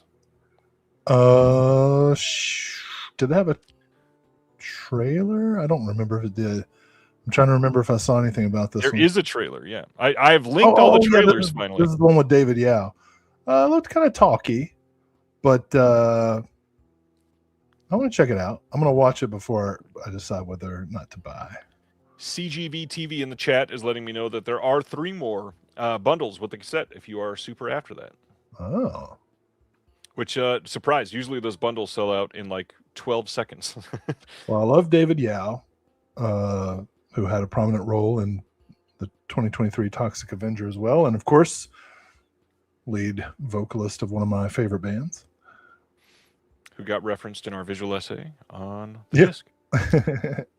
Ronnie says this is streaming on Shudder now, so you can check that out. Oh, sweet. Okay. Next up is Doomsdays from Factory 25 is available shipping this month. Here is our slipcover art on this one. This says the film follows 2 vagabonds, Dirty Fred and Brujo, who wander around looting vacation homes in the Catskill Mountains. Their commitment to the lifestyle is challenged, however, when a runaway teen and an aimless young woman join their ranks. This is going to have the original Doomsday short film. It's going to have a 2024 short film called Erection and Destruction, starring Joshua Burge and Chloe Levine. There's going to be a 32-page book with text by Joel Petrikis and Malcolm Harris, an interview with the writer-director Eddie Mullins by Grady Hendrix, and a list of the film's cinematic influences. I like that they're including the list of influences. The trailer I did not get into, but I am interested in seeing it. All right. I'm not, I don't judge everything on the trailer, but Smart. Next, from Film Movement, is the early films of Lee Isaac Chung. I've heard nothing but great things about these 3 films today, with everybody clamoring to pick this up. Seemingly in my comments, everybody was very after these. It says, released for the first time ever in North America as a box set, the early films of Lee Isaac Chung includes the Oscar-nominated filmmaker's first 3 award-winning films before he went on to direct his Academy Award-winning hit, Minari. I loved Minari. Did you see Minari? no. I think you would genuinely love Minari. You should probably see that one. I'm interested in all these. Yeah. I think it's weird to call them the early films. He's only done 5 films. So it's his first 3 films. I guess technically that makes them the early ones, but Well, and to be fair, it's been, 19 years since the first film? still, Okay. it doesn't matter. Heard. Let's get it. It's obviously important. First film about Rwandan youth post genocide, Yeah. It'll have a 40-page book in here with new writing by Keith Olick, Jamie Rebenall, and Alexandra Heller-Nicholas. You've got a director's commentary on the first film, Munir Ngabo. We've got Lucky Life. That's going to have a commentary by Lee Isaac Chung. And then Abigail Harm also has a commentary by Lee Isaac Chung. Yeah, very into this because I, again, loved Minari. Is the cat's purring picking up on the microphone? Only sometimes, but it's good. It's mood music. I adore it. Okay. She's been so sweet. All right. We got a big one to talk about here. This thing is fully sold out. No shit. I'm glad I got one. Standard edition too. There's nothing available to purchase for this film. Film Movement. It's one of the greatest westerns ever made. Film Movement putting out on 4K for the first time Sergio Corbucci's The Great Silence. Incredible film starring Klaus Kinski. God, and then of course, great art on the inside. Banana McGee. Tony Stella and the art on this. Love it. So yeah, 2-disc set. We got a 4K and a Blu-ray. We've got Howard Hughes and Richard New audio commentary. We've got Austin Fisher on The Great Silence, Mike Siegel audio commentary. All of this stuff was on the Eureka release that a lot of us have. But this is an upgraded 4K, and it sounds like there might be some, other than the booklet, which comes with new writing by Nick Newman, Elena Lazic, and Felipe Furtado. There might be some alternate endings. They're claiming one of them is like a brand new way that's never been seen before, and one that's never been released with sound. So I'm very curious to see how new those are. Yeah. Tell us about The Great Silence. Oh my gosh. Every time I show, sometimes I show this in my Westerns class. Sometimes I show it in my cult films class. It doesn't matter. Whichever audience I get, students are blown away. This is one of the greatest. I mean, it's got to be one of Corbucci's top 1 or 2 films. Easily.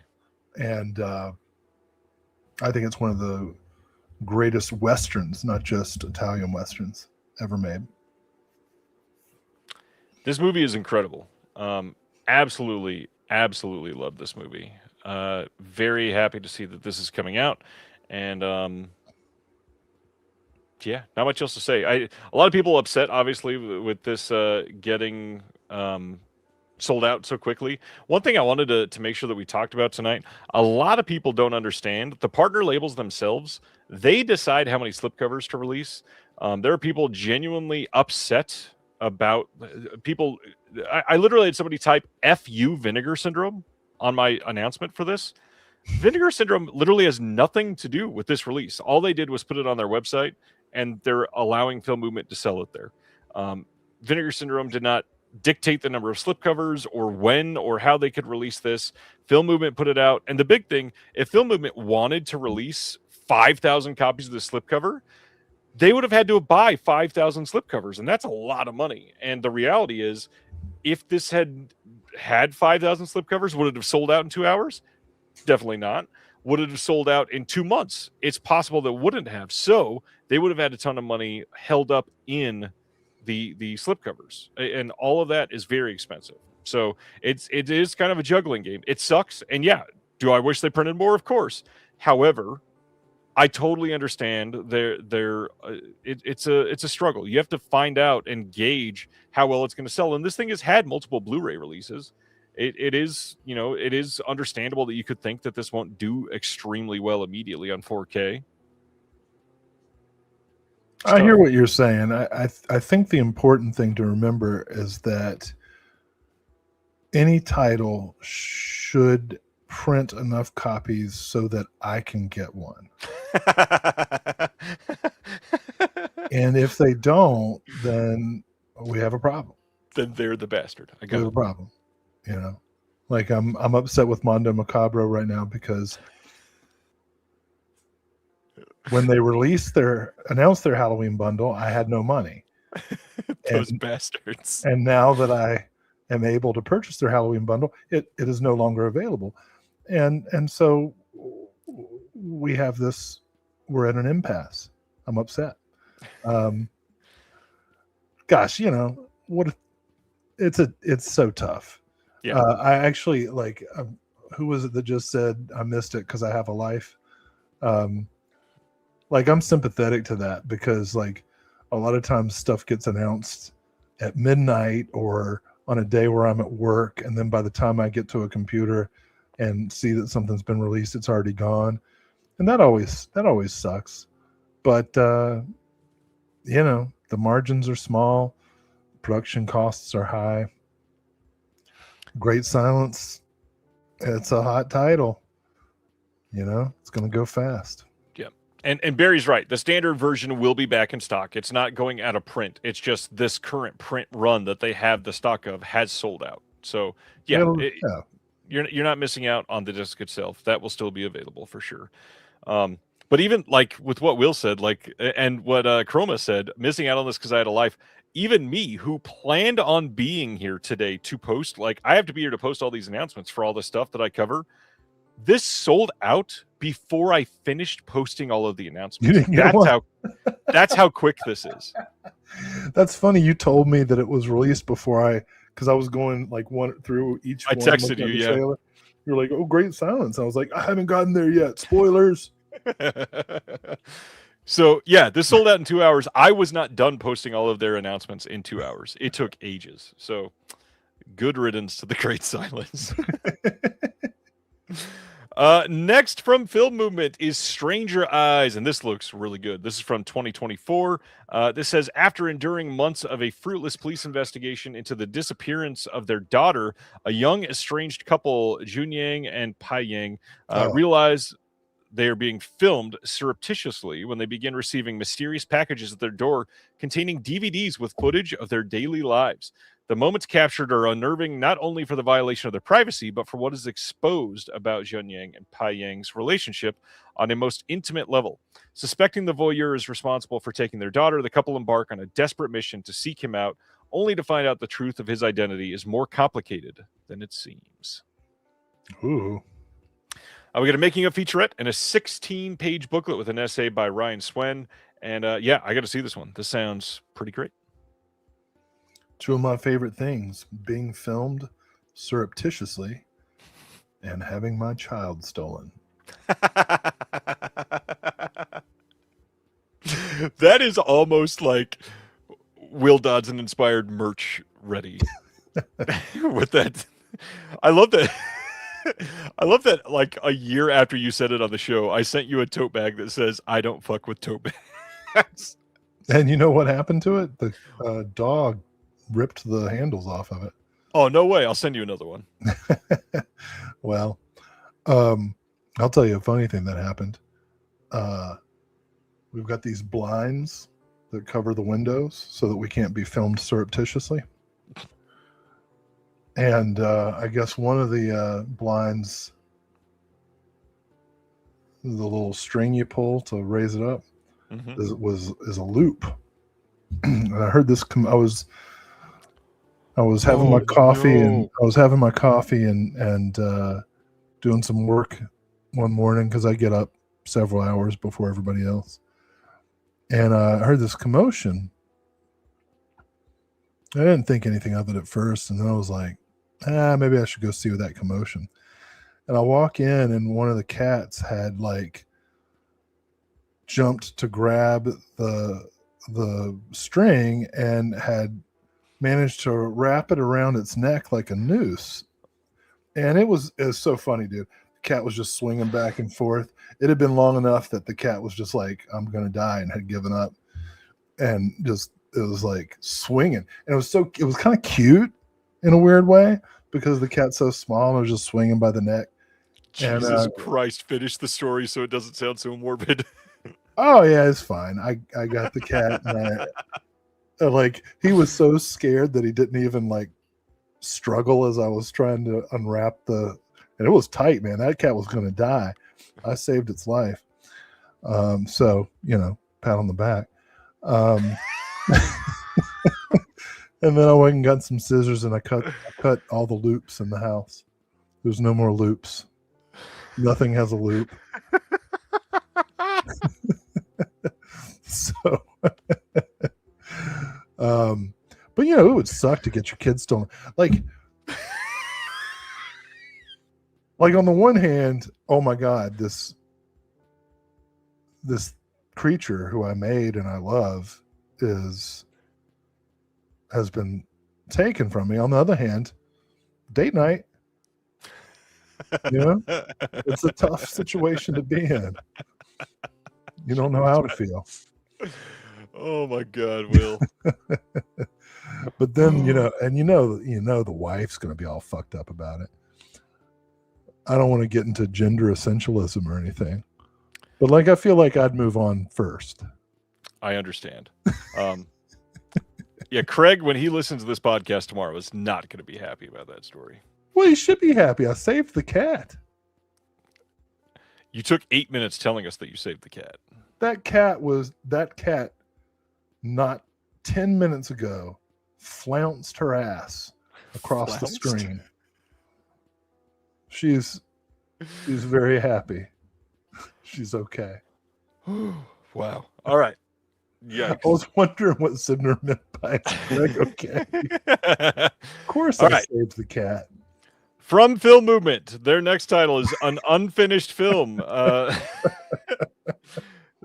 This is from acclaimed director Lao Ye, and it is going to have a Q&A featurette and a 16-page book with an essay by Simon Abrams, and it is about, in January 2020, the director Zhao Rui reunites his cast and crew to complete a film that was abandoned during production 10 years earlier. However, the team is suddenly placed into lockdown during the onset of COVID-19. Confronted with the challenges of the pandemic, Zhao Rui and his crew are forced to determine how to move forward in a rapidly changing world. That's fucking hilarious, dude. Now I want to see this. It sounds great. I mean, hilarious, like awful. It's like, hey guys, I finally got the funding to finish the movie. Oh no. Guess what? All right. That is an unfinished film. Next up, brand new partner label. Uh-oh. This Uh-oh.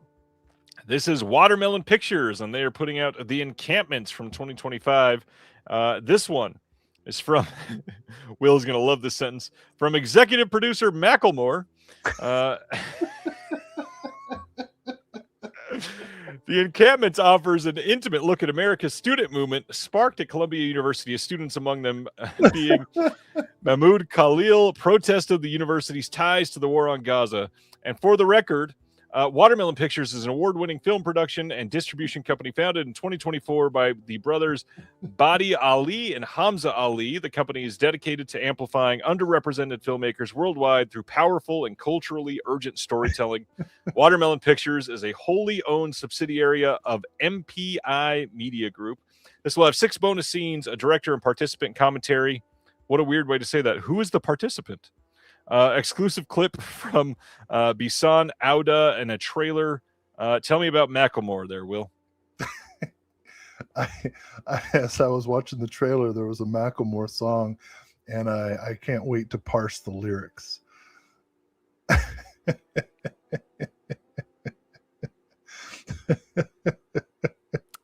Yep. All right. Listen, can we talk seriously for a minute, Ryan? I mean, for God's sake. Sure. Obviously this is an important subject for a documentary. I'm a little leery about it in the sense for this reason. I haven't seen it yet, so this is not a criticism. This is just something that I'm worried about. Obviously the right to protest is fundamental to Agreed. American freedom, including protesting in ways that others might find emotionally and socially harmful. I am less concerned about how Columbia University students feel than I am about the people of Gaza and of Israel. Yes. And so I hope that the documentary does not slide into a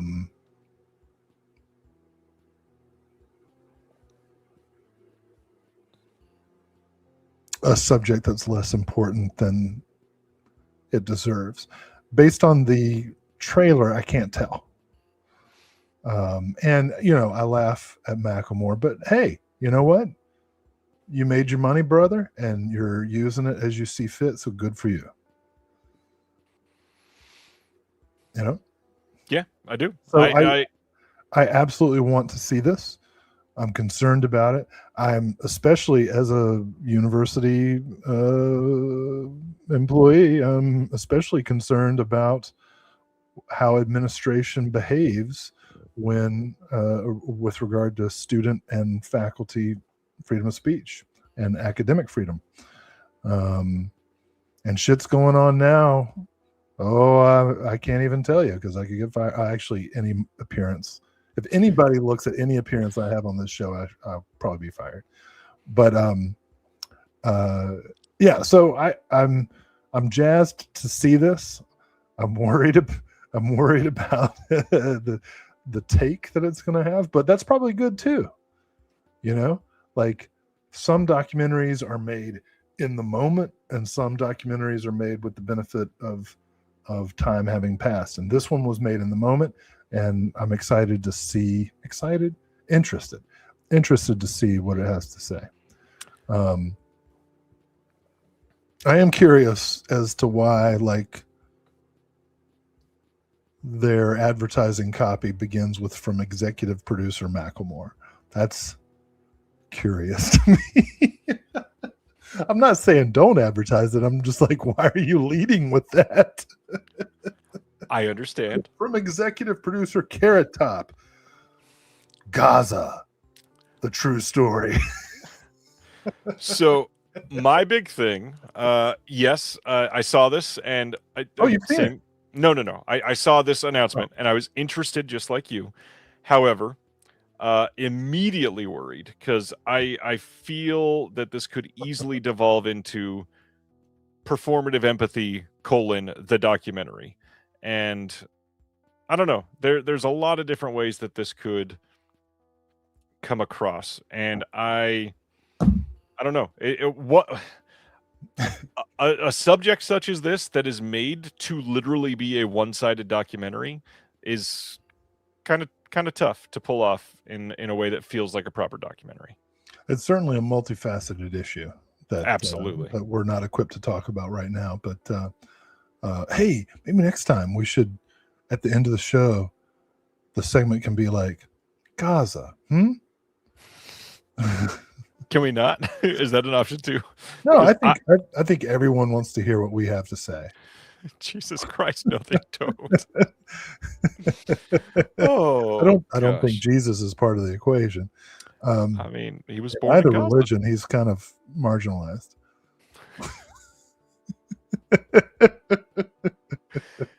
Anyways, so check out the encampments. No, I mean, I don't with want, an open mind. Yeah, I don't want to sound like I'm trashing the movie because I do want to see this. I'm just the entire announcement is kind of confusing to me.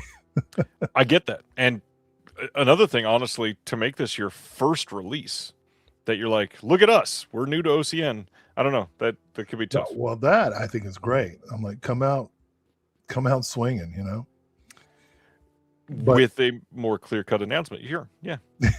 Well, there's nothing clear-cut about the issue, but well, some things are clear-cut actually. That's why I said use a clear-cut announcement. Yes. Well, you know, Macklemore. Did you remember that song he made about gay people? I do actually. Yes. What was that called? Like One Love or something like that. Which is a misleading title because, like, that's the same slogan that the MAGA people use. It might not There's be only one love allowed, you know. But Macklemore was like, it was so funny. That video is so funny for the One Love. It might not even be the title. All right. Yeah, that sounds like Bob Marley. Could be. Well, all right. Why don't we go to Canada instead and talk about Canadian International Pictures releasing Ghost Keeper on Blu-ray. This is from 1981. This is a title that had previously been released by Code Red. This is newly scanned and restored in 4K from the only known complete 35mm theatrical print by CIP. This is going to have a new commentary with The Hysteria Continues and Amanda Reyes. We love Amanda Reyes. We do. We got a new episode. Let me say that again. Let me say that again. We love Amanda Reyes. A lot. Great. She is, I mean, not a lot. Don't make it weird. But she's great. She does good work. She does. That's an odd pairing. It is. But what's a great pairing is on this release. There's also a new episode of the New World Pictures podcast, which is one of my favorites. And Ryan Gallen, the host, is right here in the chat. What's up, Ryan? I didn't even know you were doing this release. You never told me. This is great. Congratulations. I'm stoked it's on here. Ryan's keeping shit from you, Ryan? Ryan is keeping shit, and I just put him on a disc, damn it. Wow, and he's got a whole secret life. Come on. I'll give him a break. Ryan got food poisoning from pastries this week. So wow. I feel bad for him. I feel like that was privileged information that you... It was not. He was sharing it publicly, and I felt really terrible for him. All right. We got a new interview with Chris Alexander on this one. We've got a new interview with... I got food poisoning once, man. I'll tell you, it was the worst way you could possibly get it. But anyway, go ahead. I'll tell you later. Go ahead with Ghost Keeper. Canada's answer to The Shining. Yeah, this looks great. We got a bunch of new interviews on here. Lots of new stuff going on. We got Ghost Keeper 2, the Kickstarter video pitching the sequel from 2013. We've got reversible cover art. We've got a booklet with a new essay by Yasmina Katida and the essay on the film's production history by Eric Volmers. Have you seen Ghost Keeper? Ghost Keeper 2, man. We're going back to the hotel, eh? You know, we didn't get enough of the ghosts the first time. So we're going to check it out once more. Look around, see what we can find. You know, who are you going to call? Yeah. I've not seen this one. I put this in my cart. But then when I saw the total of my cart, I was like, yeah, I got to drop something. And I saw that this was available to stream. So I'm going to, I love snow stuff. And so I'm going to stream it and probably make the purchase. I mean, especially now that I know that we got the New World Pictures podcast. Yep. Ryan. I have to explain which Ryan I'm talking about. Every time I talk about Orion, there's so many Ryans. So I'm super stoked about all the extras. I'm going to check out the movie, and then as soon as I get paid, I'm going to pick it up, most likely. The trailer looks cool. Can I just say, Canadian International Pictures, up there with 3 or 4 of the partner labels that will take a film and put literally as much as they possibly can on the disc. And I always appreciate that. I feel like every single disc from them are worth the purchase much more than some of the others. Not going to name names, but there's a couple of them that are very light on supplements pretty much every time. And that always hurts when it's the same price as something else that is completely stacked to the rafters with supplements. So I always love seeing these, and it sounds like an incredible release. Have not seen it, but eager to see it. Yeah. Ghost Keeper. All right. Next up is from Yellow Veil Pictures. They're putting out a Grand Mockery from 2025. This says Josie's mundane life changes when mental illness drives him to Queensland's rainforest, shot on Super 8, and you can tell if you watch the trailer for this one. This playful diptych shifts from dark comedy to transformation alongside its protagonist. I didn't mean anything negative by that. It's just very clearly shot on film. Are you done? I am done. Go ahead. Well, it didn't look like it was for me, but it looked like it might be interesting, a little talky for my tastes, which I recognize as ironic. Oh no. Matt's watching. We were just talking about accents. I talked to Matt just the other day about how irritated I get about people doing Appalachian accents. Of course, completely ignoring the fact that almost every time I'm on here, I do the dumbest generic Canadian accent ever. Sibner was already asking for the link, and we just didn't get to it in time. Hey, Matt. It's not. I don't mean it to be culturalist. I just, every time there's a Canadian International Pictures release, I got to do it. All right, so supplements for a Grand Mockery. We had a commentary with the directors. We got an interview with the directors. We got some deleted scenes, some Q&As, video podcast with Eugene, Kodolenko with Adam C. Briggs and Sam Dixon, who are the directors. We got a short film called We've All Got 'Em from 2023. An essay by Alexandra Heller-Nicholas. I think that's 3 tonight, just for the partner labels. She's all over it. She is all over it. I want to make clear, Matt and I were talking about the diversity of Canadian accents as well as the diversity of Southern Appalachian accents. And so what I'm doing is what I hear when I hear the McKenzie brothers on SCTV or Letterkenny or whatever. I know real Canadians. I'm friends with them. They don't sound anything like what I'm saying. Not at all. And I apologize in advance, Sib, if you don't want me to say this, but Sibner, his last 2 texts to me outside of the chat. One does not mock the haunted souls of the Northeast, and then wandering from one Tim Hortons to the next, unable to move into the great beyond. Well, Sibner does sound like McKenzie brothers. He's from New York City. Well, I don't know where he got his education. Oh God, my face hurts from laughing at that. What part of New York? Schenectady. Where's Sibner from? Who are your people? Oh gosh, the Buffalonians. Look, a great. Hey, you know, there's a lot of great people from Buffalo. I've heard of them. Ani DeFranco. Sib says he's from Manhattan. Originally, I think so. so what, he's like from Wall Street. It's the only thing. All right. Are we ready to go to the next one? Well, I don't know. Like, what do we think about a Grand Mockery? You know, like there's a place for 8mm, like ultra low budget experimental things being made in 2025. That's pretty rad. Yeah. You know, I generally, you know, am not into, somebody's like descending into madness films, but you know, it all depends on how it's done, right? It's true. So check it out. That was a very Born and Joe Bob raised quote. in Manhattan.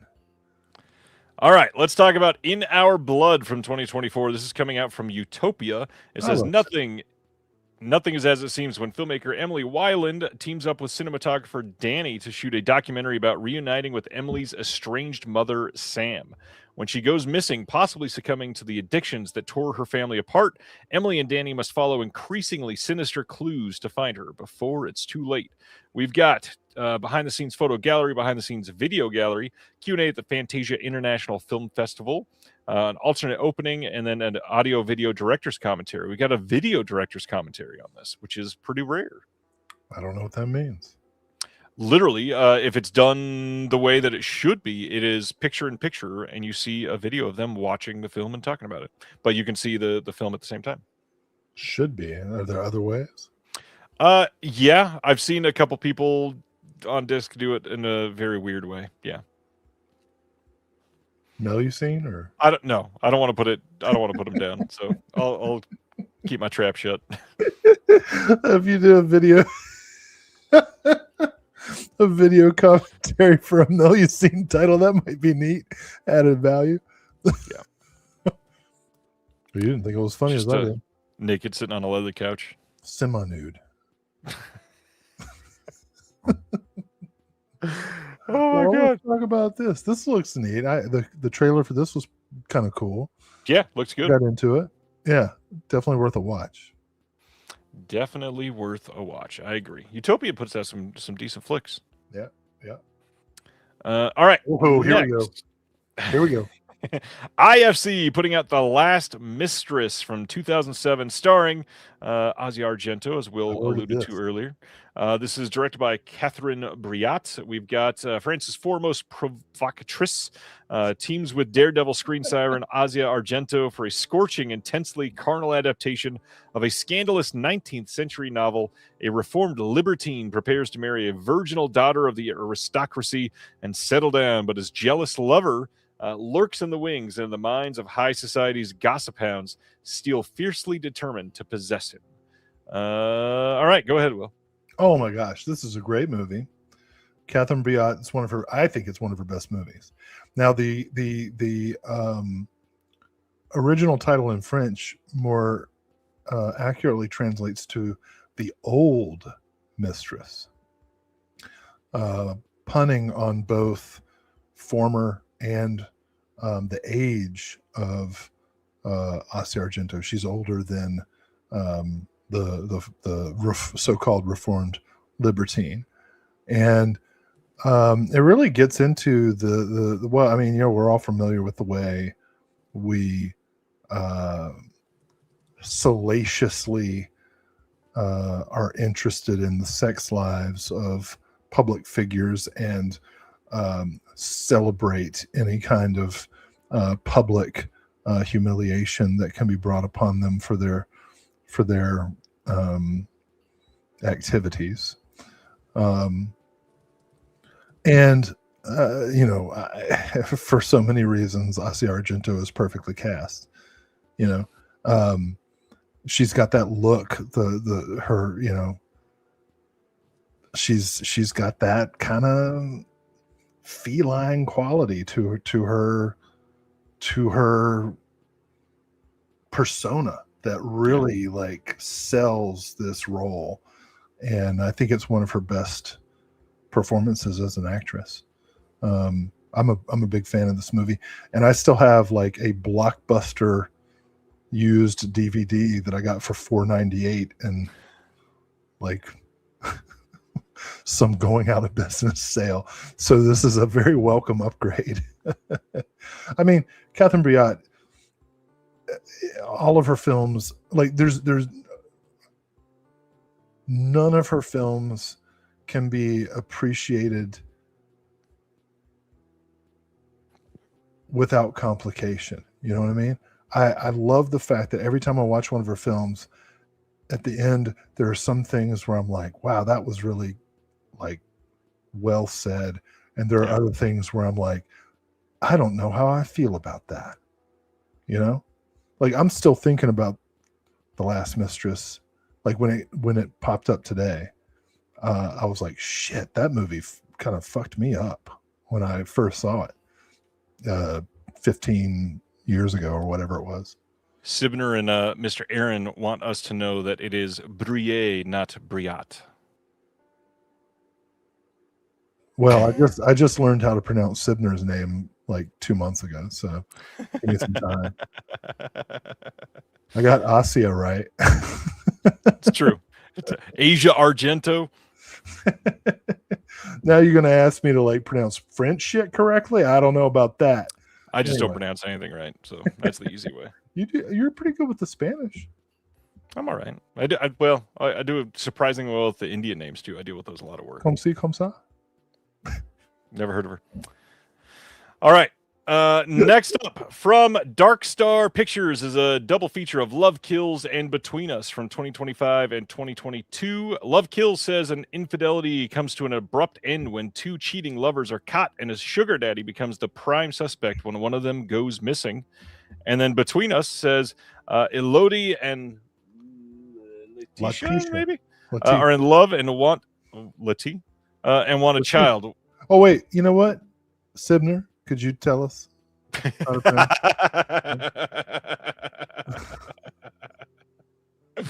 that was funny.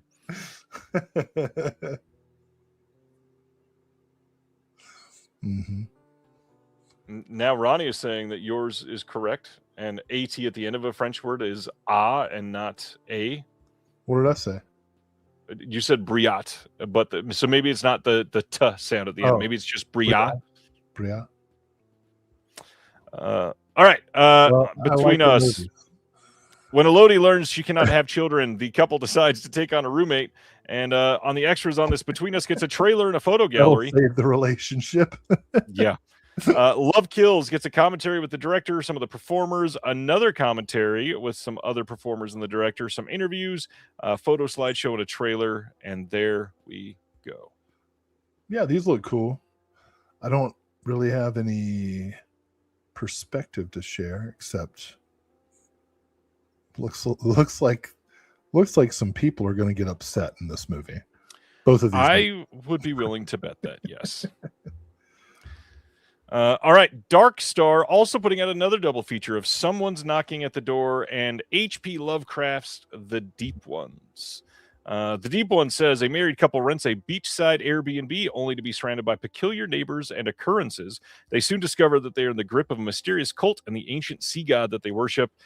For Someone's Knocking at the Door, it says returning to the medical school where they were test subjects decades ago, a pair of outrageously twisted serial killers use shockingly brutal sex acts to start killing off a group of drugged out med students.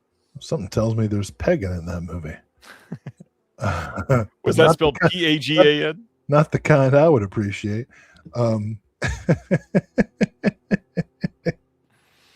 Deep Ones has a director's commentary, making of a couple Q&As. Someone's Knocking at the Door is a behind the scenes, some deleted scenes, and an alternate opening scene. And I've not seen either of these.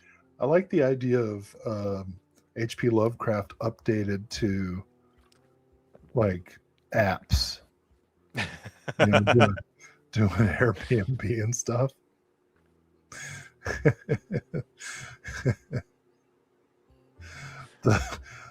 The condo emerged from the Stygian darkness.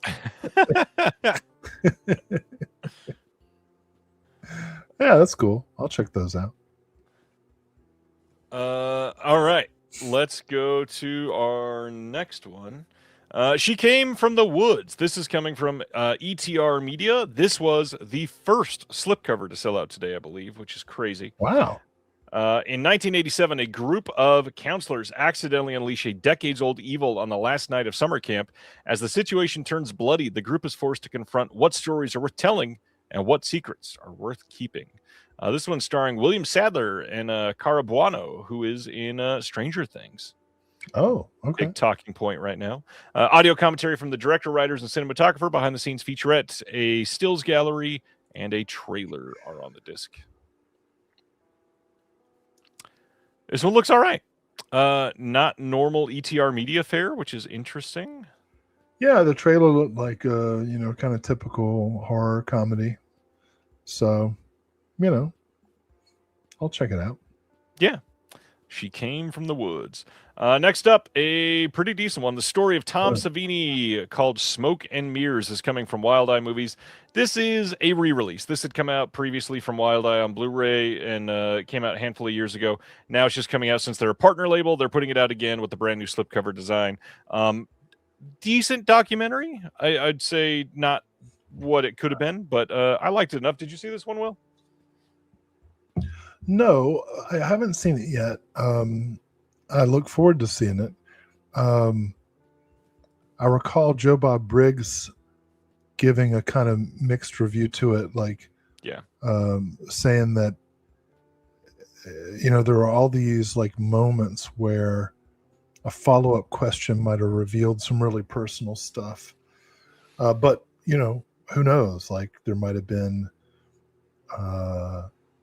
an agreement between the director and Tom. I can't speculate. I haven't seen it yet. I'm very interested in it though, because obviously it's Tom Savini. Yeah, I mean it's certainly worth watching. He's been around for so long and he's taken part in so many discs. Like we could have went a little bit deeper. That's it. Well, Smoke and Mirrors, it tells you. Touche. That was good. Glass Eye Pictures, who is Larry Fessenden's label, is putting out Trigger Man, Ty West's 2006 film, which you are a semi-fan of this one and you don't like a lot of his stuff. So tell us about Trigger Man. Yeah, it was funny. I texted you about this because this is the one Ty West movie I kind of like. It's like a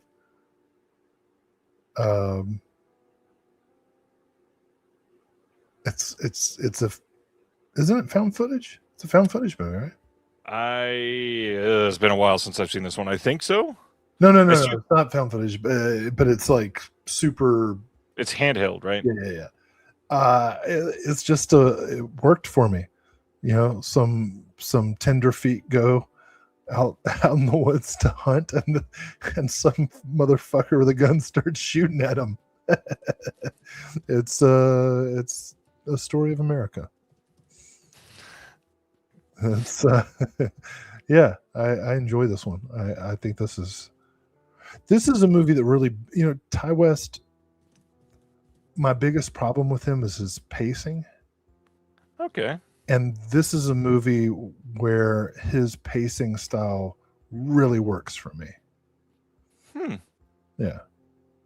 I recommend it. I'm going to pick this up. I didn't get it in my initial cart because I don't think it's going to sell out. We'll see. Maybe it will.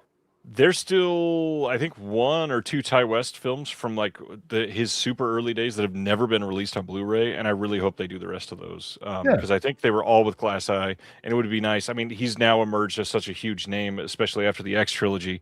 It would be we should have all of his films out there for sure. Well, yes, I agree.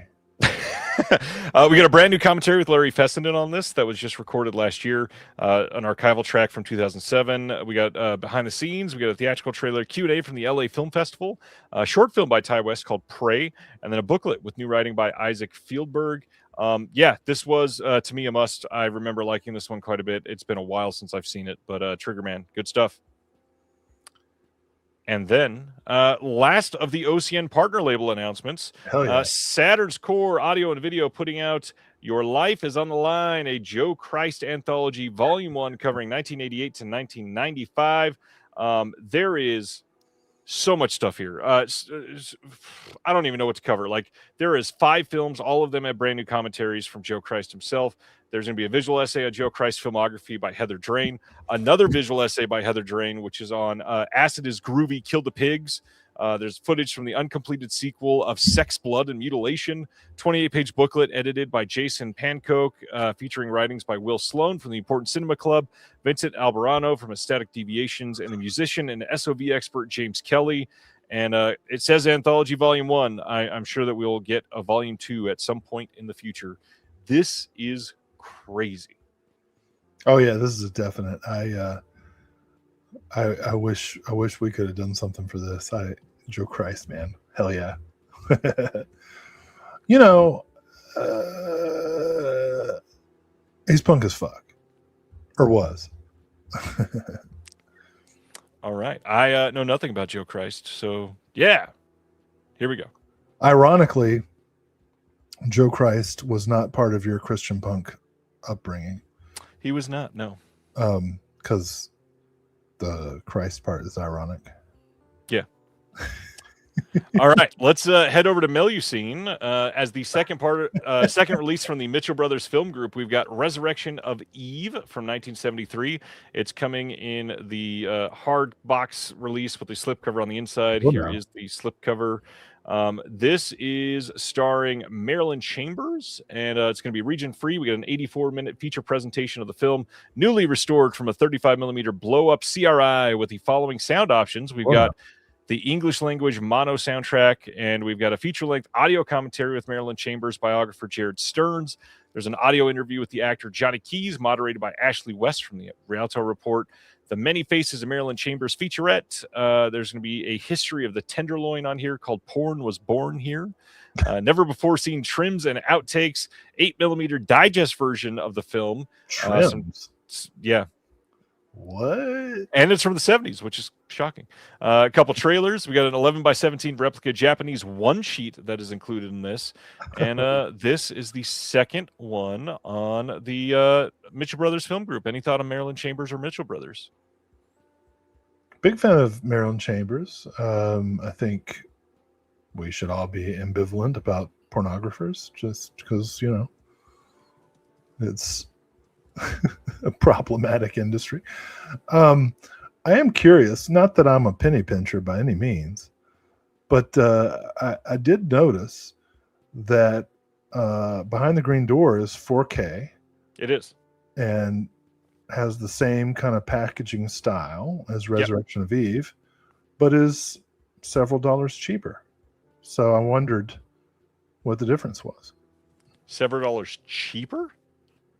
Unless I'm crazy, which is obviously possible. Look it up on your little laptop there. You were looking probably at the motion picture soundtrack CD, which is only $10. No, are you idiot? Wow, am I idiot? Are you idiot? Because if you look here, Resurrection of Eve, $29.99. Behind the Green Door, $36.99. Well, are you logged in? Why do I need to be logged in? For your membership discount, doofus. Well, no, you can see the crossed out price. The Mitchell Brothers Film Group one, half of that would be $25. Half of the Resurrection of Eve would be $21.50. I can't argue with you, man. You're doing your snake tongue math. No, that's not. Look, when I was logged in, I clicked on the movies. Oh, is it because? No. Is it because of the membership prices change in the new year? I don't think that happens for. Well, I don't know. Whatever. I'll log in real quick and I'll show you. It's a porno with Marilyn Chambers. She's super cute. Like, if you want to see it, get it. So when you're logged in, Resurrection of Eve says starting at $21.49, Behind the Green Door $36.99. Oh, maybe I wasn't logged in. That's only you're not a subscriber this time, are you? I'm a subscriber. What? You did it? Yeah. Well, you know what I figured out? No, I don't. Well, I do reviews, right? Yeah. And I always add a couple of pictures in a video. Oh, so you got your $14 of a discount? Well, so I get 150 points to 200 points for every review. And if I post 666 reviews, it will pay for the subscription. That's a lot of reviews. Well, I'm taking that challenge. All right, so I made a huge mistake about the price of the Resurrection of Eve, and I'm glad that I am happy to tell you that I'm wrong and Ryan's right. We just dove into the Resurrection of Eve for way too long to find out that it's cheaper. Phrasing. Somebody pointed out this is going to be the next tote bag. Oh, I still love that you said, "Are you idiot?" I was so upset I couldn't be bothered with the article. And Jason says, "Ryan, not idiot."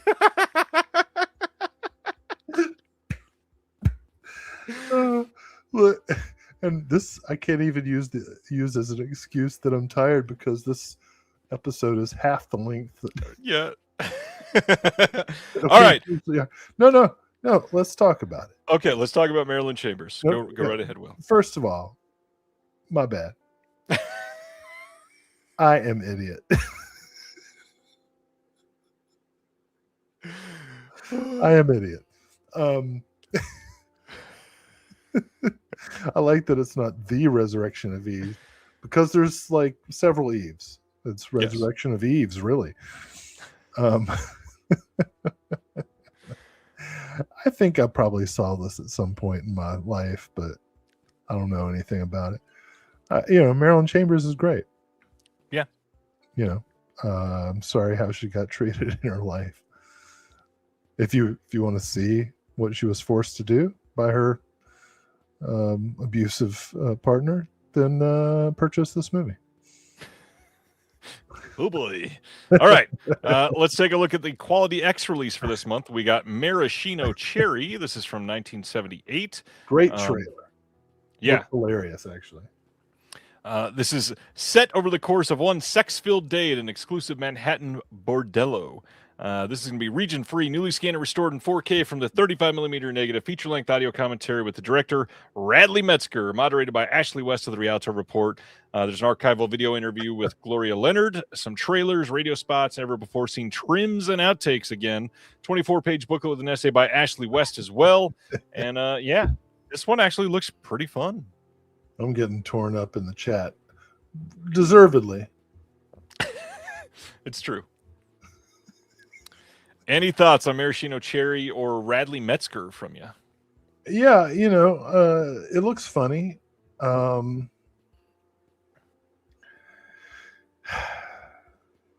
don't know what to do. I got a family.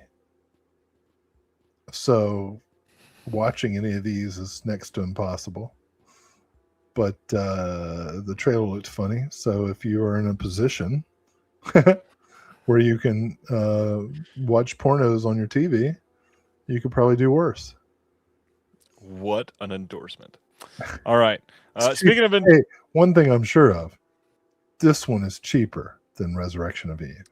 That is true. That is absolutely true. I got that one correct. Well done. You are idiot. Free. Idiotless. All right. So now, of course, it is subscription week or subscriber week for Vinegar Syndrome. So we get a bunch of clues. We get some title announcements. We get a bunch of teases.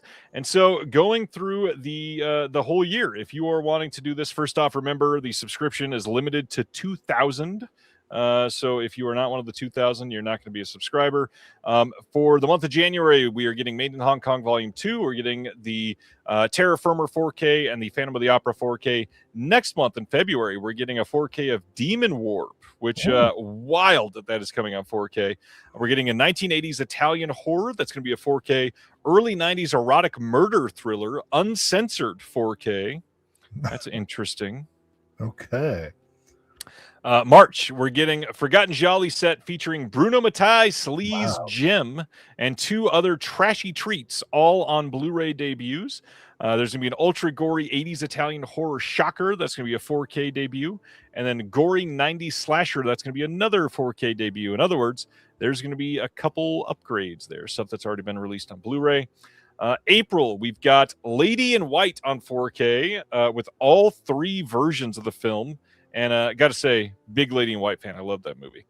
80s drive-in horror properly restored for the first time on disc, and that will be 4K and Blu-ray. A classy and gory 80s Italian horror. That'll be a 4K debut. What does that mean? I'm very curious what that one's going to be. May, of course, it is the month of the big sale. So we've got, I think they meant the word essential here. It says essentially Giallo in 4K. That's going to be a debut. We got studio-made mystery slasher 4K and Blu-ray, and 2 hard-hitting 4K Blu-ray horror surprises. June, partners only. You get discounts. July, we've got all horror made in Hong Kong set, which is very compelling. They took a long time to get volume 2, and now we're getting volume 3 already. They are going to be putting out an 80s slasher 4K and Blu-ray, and an early 90s horror 4K and Blu-ray. In August, we got a 4K and Blu-ray debut of a crazy 80s Italian horror, uncensored disc debut of jaw-dropping Hong Kong thriller, and 4K debut of an unnerving 80s horror sci-fi. Okay. September, 3 Vinegar Syndrome releases, which are going to be a 4K double of classic early 80s horror, 4K and Blu-ray debut of weird and it says glory 80s Italian horror, but I believe it's meant to be gory, and then a disc debut of an eerie 70s Hong Kong horror. October, we got 4 releases, 4K and Blu-ray debut of 90s horror by a major director, disc debut of Hammer Rarity, 4K debut of an 80s horror, and then a Shaw Scares set featuring 3 Shaw Brothers shockers. And then the last month with VS releases for the year, we got a 4K debut of 2 bloody classics by genre icons, along with 2 equally insane surprise releases. There is a lot to unpack there. Amudge is guessing Color of Night so he can get Bruce Willis's Wang in 4K. 4K Wang from the Bruce. Thoughts and prayers to The other Bruce Bruce. Willis. Indeed. Exciting thoughts. Obviously, you subscribed, so it sounds well. Did you even take a look at this first? No, I did it. I've been a subscriber for 6-7 years. Yeah. So it's it's kind of one of those I can't quit you things. Yeah. And I'd been saving up all year to have the cash for it. And this coming year, my challenge is to put in enough points to significantly reduce the cost if I decide to continue in 2027.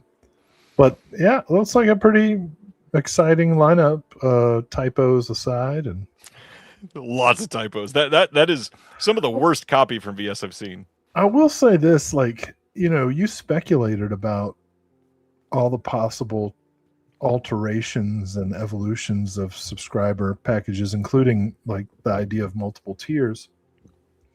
But the main change they offered was by limiting the number, which of course, and they're giving people a metal card to be able to spend more money in their stores. Come on, give me a fucking break. Send me a metal card. Like all that's going to do is cut the shit on my cat's mouths when they after they hang themselves, and when they inevitably find it and knock it off the counter and play with it. I guess that increases FOMO, but I don't like that. Like, I don't know. they run their own business. But I would be irritated if I was 2001, you know? Yeah. Like if I wanted to be a first time subscriber and was told no. Or what if you got paid on January 5th and it sells out all the subscriptions by January 3rd? It's Yeah. $1,100. That's a bummer. I'm not trying to talk shit. I'm just saying like that would bum me out if I was a new subscriber. I would agree. So yeah, we talked about the FOMO aspect of it before, and afterwards, there's actually some other people speculating on something that. So this is just us conjecture, nothing like that. But one thing that I'm curious about, they are seeing all these partner label releases, more than 20 every single month now. Some people are speculating, what if the partner labels were upset that they're selling so many discounted titles? And so they're limiting it in a matter of getting less people to be able to get discounts. Well, I mean, but you still get the opportunity for discounts in the sale months, so If they last, though. I mean, if you're a subscriber, you couldn't get The Great Silence on sale if you wanted the slipcover. Well, Reservoir Fella 88 makes a point. Like I was saying to you, I was like really vacillating, is that the word, over a Radiant subscription versus a Vinegar Syndrome subscription. And it was really the price difference with the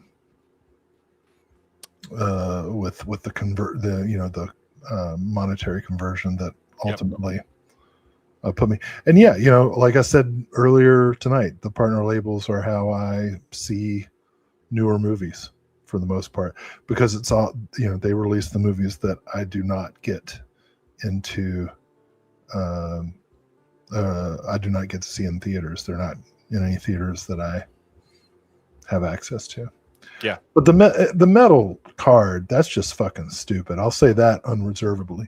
Vinegar Syndrome, if you're listening, who gives a shit about a metal membership card? Like, what the hell? We're grown-ups.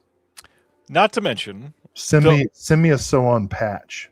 Unless they do something different, and I don't live next to the. That was funny. What am I gonna like? Hey, check it out, guys. Well, fuck. Here's the thing. So I don't live next to their stores. If somebody lives next to their stores and you actually shop in the stores and it's different, please say something. But what I'm thinking is, if you're a subscriber, you're only getting discounts for stuff that came out this year. You're already buying everything or you're already getting all the VS stuff that came out this year. So the only thing that you're getting discounted is partner labels that came out this year in their store, VSUs, VSAs, and stuff like that. If you're wanting those, you're probably buying those anyways on the site. So the whole point of the card is to show it in a store and have them scan a QR code. For what? I don't understand the appeal of that. To my email, because I'm going to have my phone. I'm probably not going to have a metal card with even me. Worse, supposedly somebody even stated, like, this was not hard. If you went to the store as a subscriber last year, you gave them your last name and they could find you in like 20 seconds. Yeah. What is the point? The metal card is kind of, I'm just like, how old are we? I think that's more gimmicky than limiting it to 2,000 myself. Yeah. Instead of the metal card, I'm going to get that t-shirt with the titties. Because I'm a grown up. Do you understand? Gonna get the t-shirt that's spelled vinegar.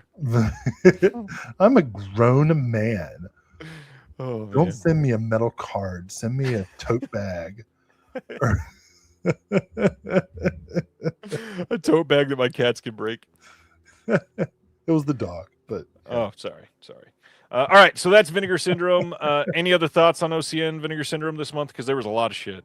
I mean, it's a great slate, I wanted to see every movie that was announced. That's impressive. I purchased more than I budgeted for, and like made a mental cart for whenever I'm able to do another spree. So, they convinced me to re-up, and I'm cool with it. I like to get that box every month. Yeah, I get that. All right. This is that house-made digipack that I was talking about. This is the 4K Ooh, that's available here in the U.S. I hate digipacks. What's a digipack? Those super thin pieces of shit, like the old CDs used to get sold, like the cardboard. Not even like, Oh, yeah, yeah, that breaks. Those break. yeah, real quick. All right. Next. Oh, that's something entirely different. Don't know why that's on my page. It's because I'm going to be on Beyond the Blood this month, talking about the commentary for Torso. Oh, Yeah, going to be a fun episode. I've never been on Beyond the Blood. Chris has talked about having you on, and I think he's a little intimidated. Well, I'll get Chris to invite you. Intimidated by what? By you. You're amazing. No, I'm not. Like, we That's literally have just talked for almost 3 hours. But Chris, Will is idiot. You know, I'm serious on other podcasts. How do I get that? I'll ask Hunter how I pull that out of you. Well, I mean, it's whatever you want. You told me, like, hey, I need somebody to be entertaining because I can't carry the show alone. Hey, you know what brought you and I together? Mondo Macabro. You want to talk about what's coming out in 2026 from Mondo Macabro? So they're putting out Morbo from 1972. They're going to be putting out The Blood Rose from 1970. They're going to be putting out Hell's Ground from 2007, which was a Mondo Macabro co-production, actually. Pete Toombs helped produce that film. The Living Corpse from 1967 is going to get an upgrade. That's Dracula in Pakistan. House of the Loot from 1979 is going to be getting a release. It's a Hong Kong film. Any thoughts on those? By the way, these were all revealed on the Mondo Macabro podcast. Check out the episode. It was a fun conversation. That was a good episode. I was just telling you that I listened to that and enjoyed it. Really excited about all of these titles, which are unfamiliar to me other than the upgrade on Living Corpse. Living Corpse.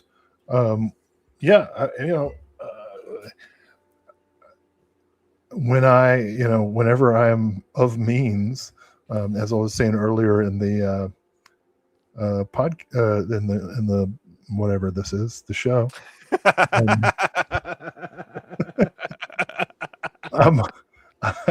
I'm always like happily blind by Mondo Macabro bundles. Yeah. Because even if I get a film I don't like, I'm glad I saw it. Yeah. They're the best, with I don't think any label except perhaps Deaf Crocodile consistently releases films I've never heard of. Agreed. And I love that. It's a big deal. You know who else is always consistent, and I'm very happy with all their releases, even though they don't put out enough. Grindhouse releasing, and now you can pre-order on February 14th. This is coming out. You can pre-order it now. Scarlet Warning 666. This is Palmer Rocky's Scarlet Warning. This is the first time ever on any home video. And this stars Rocky as twin brothers in a story of satanic skullduggery, bizarre occult rituals, and demonic assassination on a country estate. The execution of this premise was so bewildering, insane, and incompetent that the film was laughed off the screen at its Dallas premiere. This was eventually released in 1980 as Scarlet Love with an original soundtrack album featuring his own vocal stylings. When this two met with the audience mockery, Rocky attempted to frame the unintended laughs as keen satire. Rocky was still restricting his Frankenstein's monster of a movie with new material at the time of his death in 1996. So this is going to be a beautiful new remaster, lovingly restored in 4K from the original 35mm negative.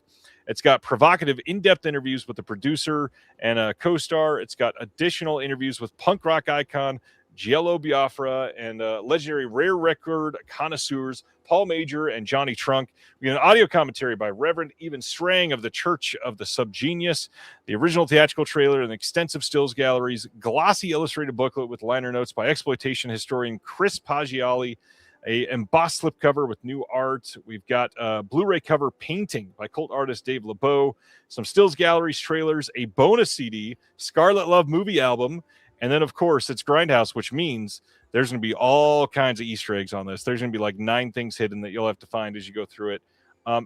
literally, I meant that at the beginning. Consistently, they put out packages that are always worth more than you pay for them. They're genuinely very high quality. I mean, look at the Beyond this year. It's like a 6-disc, ridiculous release of incredibleness. But with stuff like this that I've never seen, never heard of in this case, it is likely going to be something I genuinely appreciate. Any thoughts on this, sir? Oh, it's automatic.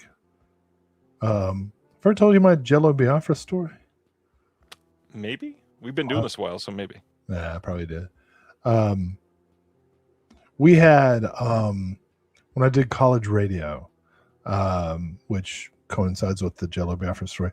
In the radio station, we had this huge mural of Bob from the Church of Subgenius, and yeah. So this is automatic. Got to get it. Nice. All right. The only other thing to cover tonight, before we go into our other stuff. Oh, geez. I got it. Shelf Shock Rewind is wide open. You can vote now for a while. I will do my best. Go pee. Shelf Shock Rewind 2025 voting is open now. It will be open all month. For those of you that have not been around for the previous award ceremonies, this is going to be a live award ceremony hosted on this channel, on the Shelf Shock Rewind channel, all kinds of places. We get all kinds of people involved in physical media and films to come out and discuss all of their favorite releases from 2025. Last year, we had Sean Baker, Joe Lynch, Francis Galuppi, Kyle Gallner, even more involved in the show. It was kind of wild. We'll get a bunch of people to, discuss the categories that we're doing, reveal the winners. The labels will come out and say thank you and accept their awards.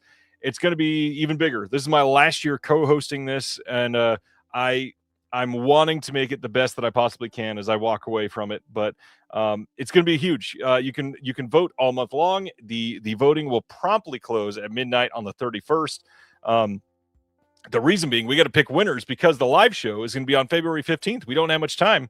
We got to figure out who won, do all the calculations, get them notified, get some videos recorded and scheduled and all that fun stuff, and then edited, because it's going to be an amazing show. This ends up being about 2.5 hours. We do giveaways. We hang out. It is a blast. If you have never been a part of it, please come watch when it's live. But to make it the best that it can be, we need all the people in the community to vote. Come out and vote.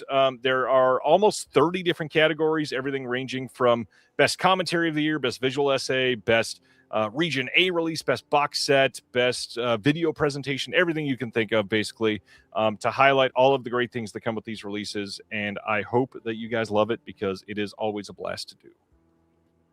Yeah.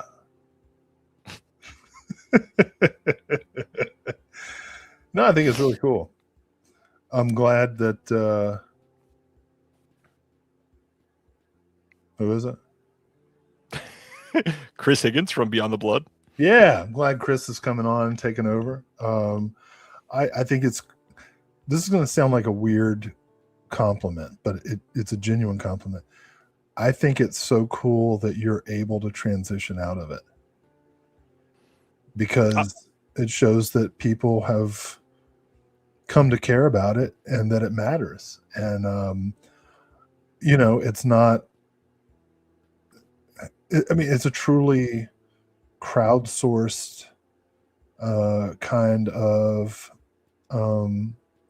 awards show that doesn't feature the inept corruption of the foreign press association, like the Golden Globes, right?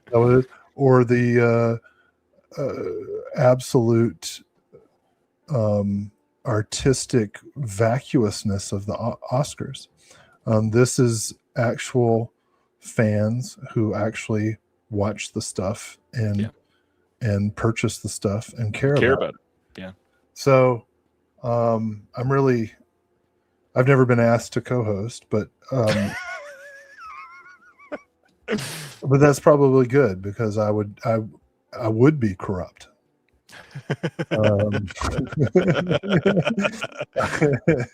Which is why I actually abstained from the nominations and voting this year, because at this point I'm hopelessly biased. Well, and for the record, to try to keep bias out of it, anything that was produced by someone's favorite productions was not allowed to be nominated this year. It sucks. And That's not because, like, objectively, they're the we best. should win every every category.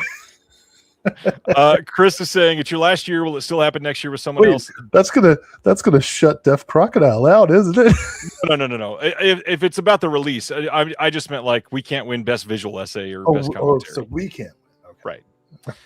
Chris is asking, it's my last year. Will it happen next year with someone else? That is the plan right now. And yes, it is my last year. This will be the 4th time in a row that I've done this. And it takes 3 months of my life, essentially, every time that I put this on. Well, and Chris is taking over, right? That was he's co-hosting this year. He has not agreed to take it over every year, but you're on, Chris. We'll see. I definitely will be helping behind the scenes next year, but it's a lot. I just feel like Chris could make the best promos for it because I've talked about how much I enjoy his Instagram feed as like softcore pornography for film for physical media collecting. Yep. Softcore filmography. Yeah. Oh my gosh. Like every time the soft lighting and it's like he'll go through the shelf and he'll pick some, it's like ASMR for like not perverts, Right. And I just if he was doing stuff like that for Shelf Shock, I'd be like, oh yeah, I'm gonna like I would have a party to watch it, like invite people over. I would invite a person over. Yeah. ABC 99D wants to know if we were going to go over the nominations. I can do that real quick. I don't want to make this part too long, but here is the poll that you'll see. And for those of you that have never voted before, by the way, if you don't like the nominations, there is a write-in option on literally every single category, so you don't have to go with one of the choices. Oh shit! Maybe I will vote. Right below there, you can vote for whatever you want. So best pre-code silent film release this year, we've got Alrane and the Student of Prague from Deaf Crocodile, Cat and the Canary 4K from Kino Lorber, Hell's Angels from Criterion. Are you going to do all 30 categories? No, because a lot of them are going to be redone. But this cool. This never gets enough love. He Who Gets Slapped by Flicker Alley and the Old Dark House 4K from Eureka. Contemporary and studio catalog stuff, we've got A24 stuff, Final Destination, Sinners, Toxic Avenger got a nomination, Will. Oh, well. Weapons 4K, studio catalog. Chance. And no. Boogie Nights, Nightmare on Elm Street 4K collection, Night of Living Dead 1990, Panic Room 7. Animation wise, this is a tough one. Radiance with the Essential Polish animation release, Flow 4K from Criterion, Gwen and the Book of Sand from Deaf Crocodile, I Married a Strange Person from Deaf Crocodile, and then Perfect Blue from G Kids. Oh boy. Martial arts, a lot of these are expected. I was honestly shocked and loved that Bohachi Bushido from Mondo Macabro got a nomination here. Come Drink With Me 4K was nice this year. The Cheng Che box set from Eureka. Wow. The Great Chase from Neon Eagle. Shawscope Volume 4, that was I knew that was going to get a nomination. No big surprises in the horror section. We got The Beyond and The Mouth to Madness, Let's Scare Jessica to Death, Nightmare on Elm Street, and Possession. Yeah, those are all deserving it. Documentary wise, loved seeing Hookers on Davy from Canadian International Pictures listed there. Best audio presentation, some good stuff listed. Best video presentation, love that The Beyond got a mention here because it genuinely looks incredible on 4K. Best home video upgrade, we got Behind the Green Door nominated for a Shelf Shock Rewind Award. Well, as an upgrade, it's one of the best. Yeah. Question though, has anybody gotten Eyes Wide Shut yet? I'm still waiting for my shipment. Yeah, I have it, and I would say a lot of people have it. Okay, never mind. I like that. I like that Dirty Work and Behind the Green Door are in competition with Eyes Wide Shut. With Kubrick. Yeah. Sorcerer and Night of the Juggler, both very deserving there. Packaging wise, I'm going to throw my weight behind Black Sheep. Love that we got a wool box set from Umbrella for that one. That's not the Chris Farley movie. Correct. It is the Killer Sheep movie from New Zealand. Killer Sheep. Let's see. The Wes Anderson Archive got its first nomination on that one. Surprised about that because it looks like a cardboard box, but okay. Best Steelbook, Boogie Nights, Dogma, Nightmare on Elm Street Collection, Panic Room, and Small Soldiers. Okay. Nice to see Joe Dante get a nod with Small Soldiers. Yeah, well, he didn't, but the package did. Best Artwork, Altered States from Criterion, The Deadly Spawn from Synapse. Love that box on that one. Freaked from Umbrella, History of Violence from Criterion, and A New Leaf by Cinematograph. Love that New Leaf box. Mm-hmm. We got some good interviews here. One of them with John Waters, one with Mikey Madison, one with Carl Reiner, or not Carl Reiner, Rob Reiner. Hello. Glad they got that filmed. Yeah, Guillermo del Toro talking about Possession. Willem Dafoe on New Rose Hotel. New visual essay, Eva Man getting a nod here with Ian Higby's release or visual essay. School in the Crosshairs. This is a wonderful visual essay by Philip Jeffries that I helped put together. Thank you. You had nothing to do with it. I personally did not do anything on that visual essay. The Nice Guys. We got Lee Singer doing a piece there. Suzanne's on my friend John, Rubber's Lover. Look at that. And then Joe Madry got nominated for the Fireworks Woman. How about that? I don't want to put my thumb on the scale, but yeah, that's worth a look. And a message. You should let him know he was nominated. Best newly written essay. We've got the Eva Man release again from Anna Macabro, Alexander Heller Nicholas for The Innkeepers for Second Sight, Elena Lazick on Possession, Michelle Kisner on The Sadness, Heather Drain on Twisted Issues for Saturn's Core. Nice. Love that Saturn's Core got a nom there. Just in case you didn't know, I wrote an essay for The Devil's Sword, but it was ineligible. Not only was it ineligible, many people did not get it until months after the release. Worth the wait. Best new commentary. We got Alexander Heller Nicholas and Allison Taylor on Possession. The wonderful work with Frank Sebastiano and Mike Hunchback on Dirty Work. Arna Venema and Mike Leader on Inflatable Sex Doll of the Wastelands. Loved seeing that get nominated.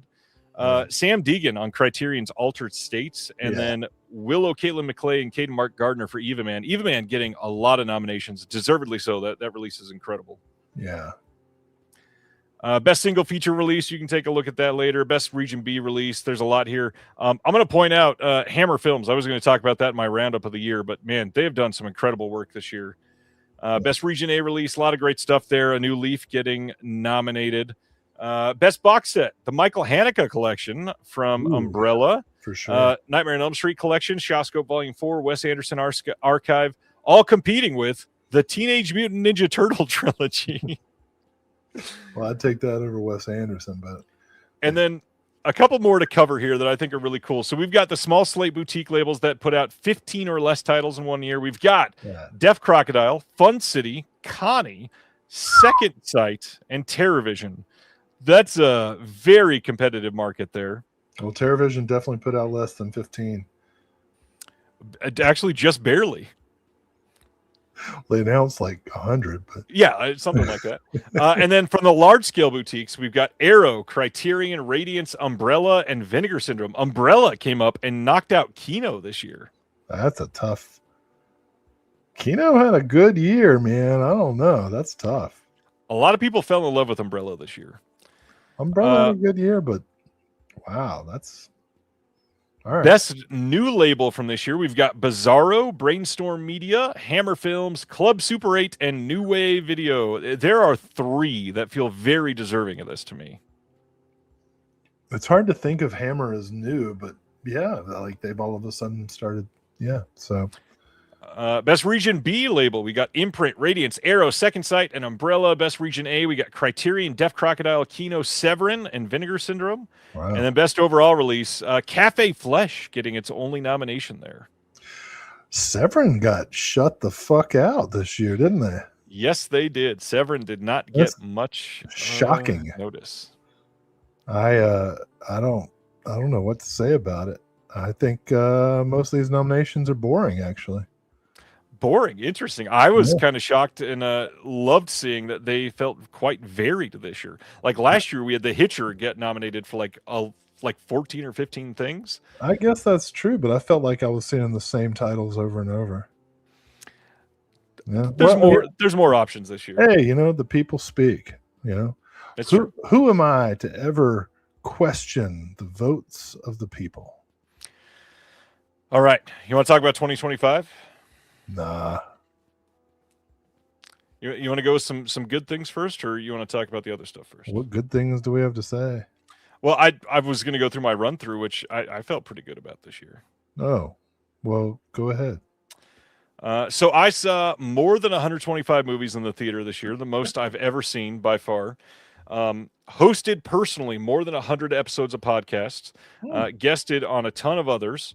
I worked on in some capacity at least 40 different home video releases this year. Wow. For home video titles or box sets or what have you. Went to 2 film festivals in person and attended a 3rd virtually. Put out 10 issues of the magazine in 2025. I couldn't get the exact number because it's insane, but I posted more than 1,500 physical media announcements on 4 different social media channels this year. Wow. Helped prepare and pitch a bunch of different things behind the scenes. Hosted the award show last spring. Posted 10 different interviews on my channel and have done 4 more that need to be edited and be posted, including one with I let this slip on social media with Joe Dante. Really need to get that edited and posted. Oops. Let's see.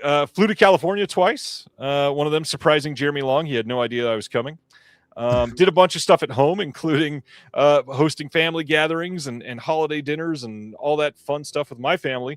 Plus, lost 120 pounds this year. That was kind of crazy.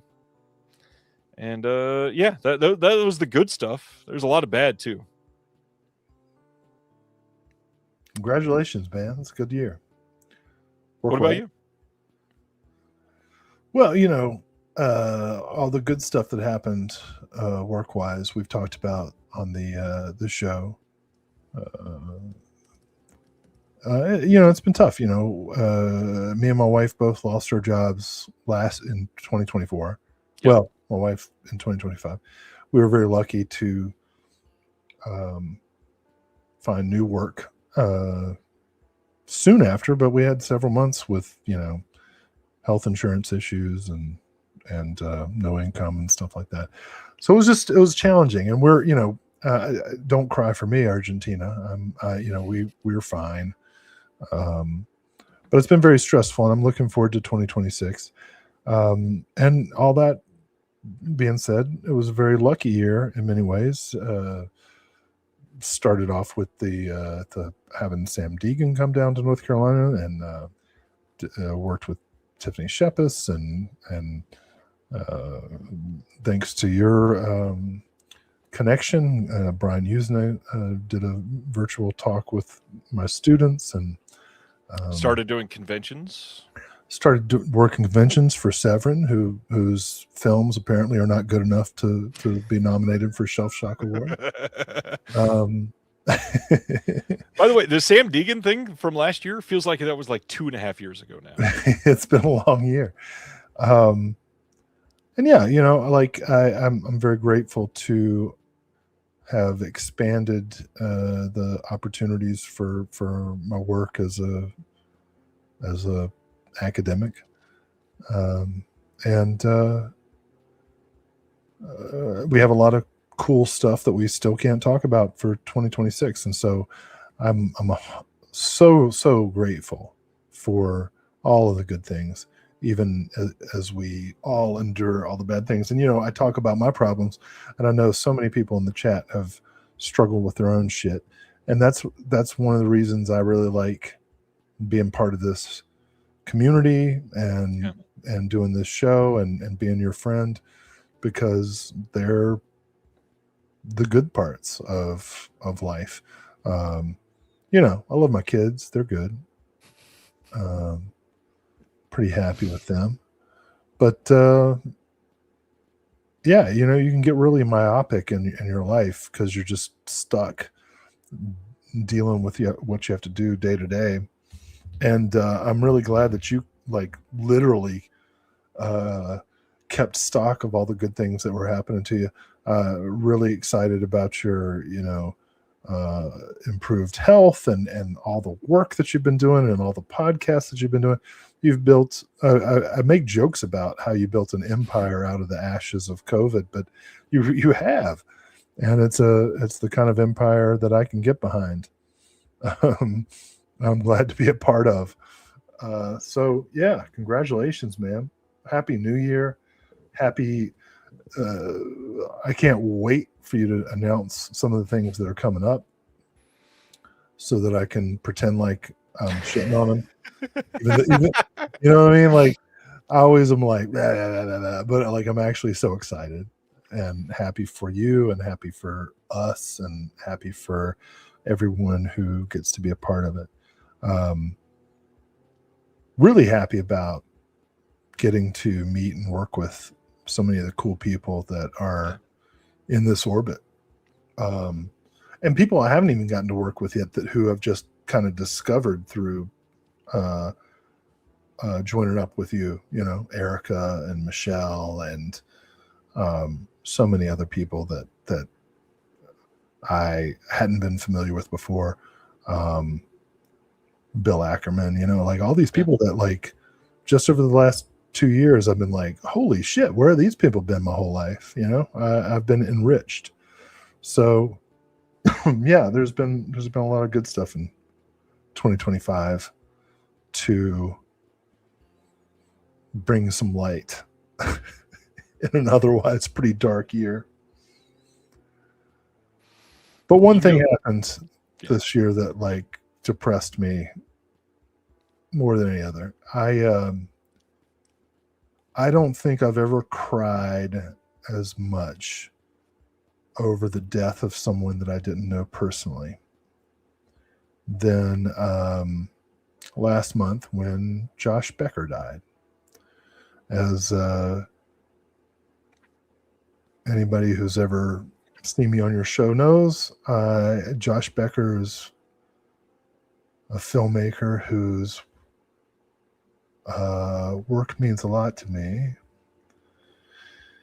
And I was so sad because for months and years, I've been talking about how much I wanted to reach out to Josh Becker and interview him for your show, for the channel, to talk about his work.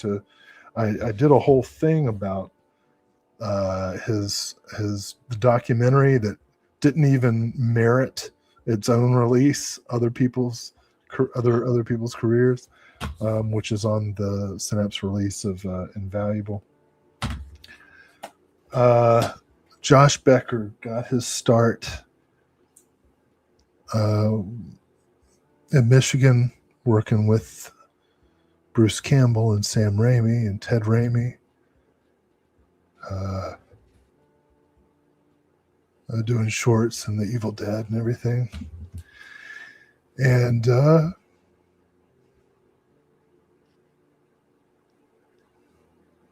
love his work. And I wish I got to talk to him. And I was really stupid not to reach out to him.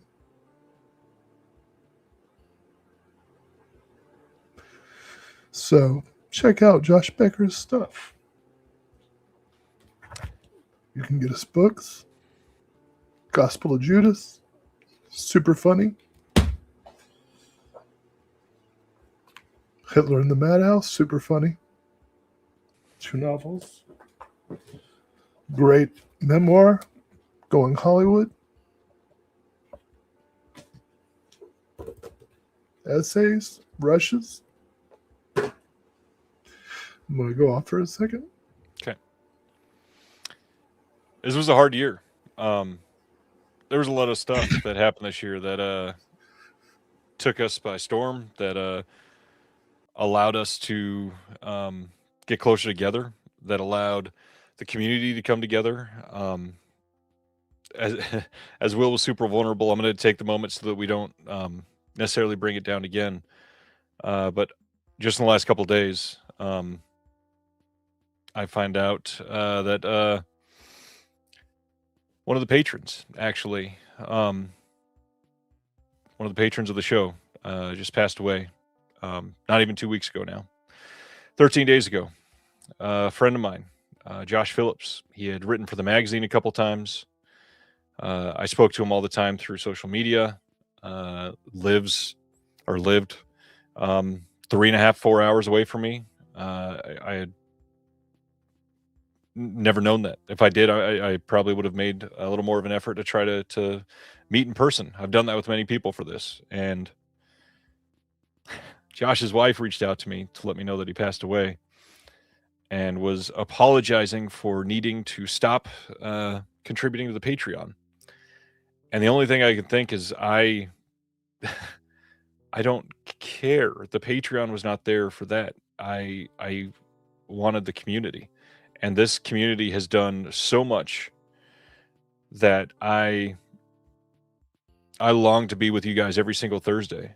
And it's not even just Thursday, because so many of you I message throughout the week. I mean, at least 1, 2, 3, 4, at least 5 of the names literally visible in the comment section right now on my screen, I have spoken to in a chat outside of a Thursday night in the last 7 days. Literally. Multiple of those people I've texted with my home phone number, or with my own personal cell number. I do not treat this like a chat section or like somebody needs to pay me or anything like that. These are all genuinely my friends. And to hear that one of them passed away just 13 days ago fucking broke me. I don't know what else to say. And I know that it's super cliche to say reach out if you need it. But finding out that one of those people took their own life and I didn't put more time into it made me feel wrecked.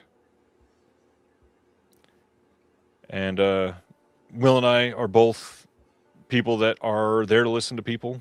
We have been here for other people going through crises. Fuck,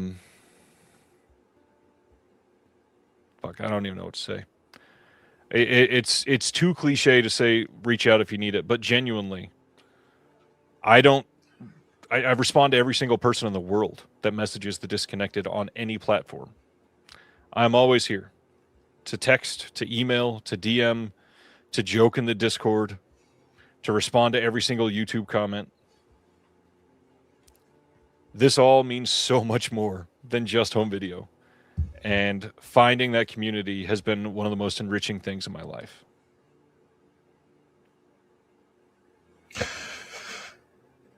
In a way, it's nice to feel pain, you know, when people pass, because it means that that something matters to you. Yep. And you know, the people in this community are so important because they're, well, first and foremost because they're human beings, but also because we share these interests and the things that we love. And so I'm very grateful to have been welcomed into this community. You know, I'm new to it, a couple of years. Glad to have stumbled into your orbit, Ryan. And you know, it's a reminder that you should not ever hesitate to reach out to people that you want to talk to. You know, in the case of Becker, who's a filmmaker that and a writer who's every day for the last 26 years, since 1999, every day I read something that Josh Becker wrote, either on his website or over the last couple of years on his Substack. He wasn't the you know, he's not Orson Welles or anything, but he was a filmmaker who was unabashedly himself and had really provocative and interesting and well-informed opinions about film. And so I really regret not being able to tell him how much he meant to me. Of course, that, you know, I sound like some guy stalking Taylor Swift. Like, what's the difference? But it was an opportunity that passed by, and one thing that I'm glad about is that my having met you, Ryan, has pushed me to reach out to not just filmmakers that I admire and want to speak to and work with, but also other writers and researchers who produce stuff for discs, and people in the chat, people in I'm not super active in the Discord, but I've gotten to talk to a lot of people. Even Sibner is okay when it comes down to it. He's a human being as well, and I'd feel bad if something bad happened to him.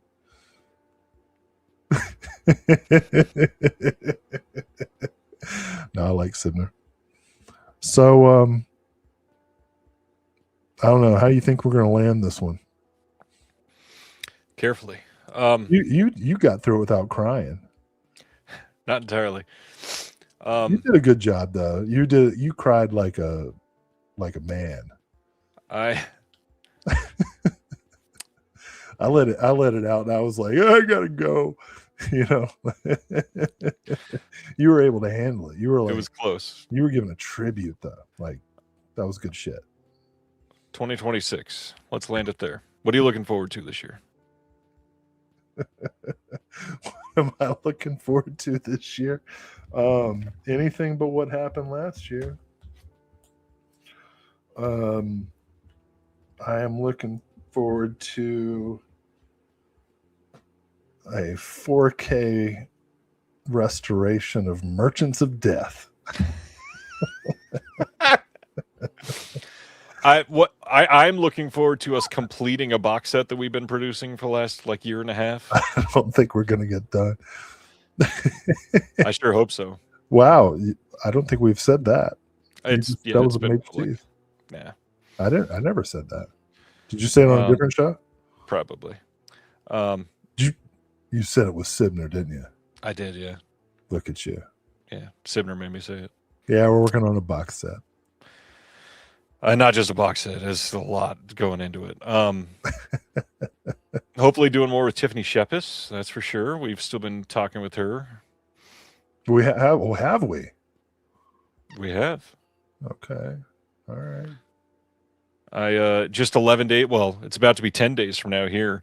10 days from now, I'll have literally the biggest announcement of my life on this show. Just can't wait to share. You pregnant? I lost 120 pounds to get pregnant. Yes. Yeah. So, yeah. Monday, January 12th. Please. I'm sorry. Scott Keeling just became my favorite person. Scott Keeling allegedly got a signature from PJ Souls on a DVD of Merchants of Death. That's awesome. That's what I'm looking forward to. And getting PJ Souls to autograph Merchants of Death. Hey, I'm gonna be at a convention for Severin with Patty Mullen. Frankenhooker. I've got a really nice screen print of Frankenhooker that I would love a Patty Mullen signature on. Well, sorry. Oh man. But yeah, in 10 days, January 12th, hopefully it'll be everywhere. Please share that announcement everywhere, because it's going to be a big thing that is taking up a lot of my time. What is this? Warpath? Josh Becker's last film. Oh. I just, as we get to the end, I just want to show some Josh Becker films. Scott says he's going to send me the proof of the signature on it. I want to see it. Running Time's a good one. Yeah, check out some Josh Becker stuff. As Ronnie pointed out, he directed several of the best episodes of Xena, Warrior Princess, and Jack of All Trades, also with Bruce Campbell. The best of the Hercules movies, and the Maze of the Minotaur with Anthony Quinn. Thou Shalt Not Kill Except. Thou Shalt Not Kill Except and Running Time are both available on Synapse. Several unreleased films. Lunatics, A Love Story, held up in the MGM vaults. If I Had a Hammer, which I think is his best film. Desperately needs a release, by the way. Yeah. You don't really need to see Stan Lee's The Harpies from Sci-Fi Channel, but it exists. Better is Alien Apocalypse. So anyway, Josh Becker, man. Guess how old he was when he died? The same age as you. 6'7".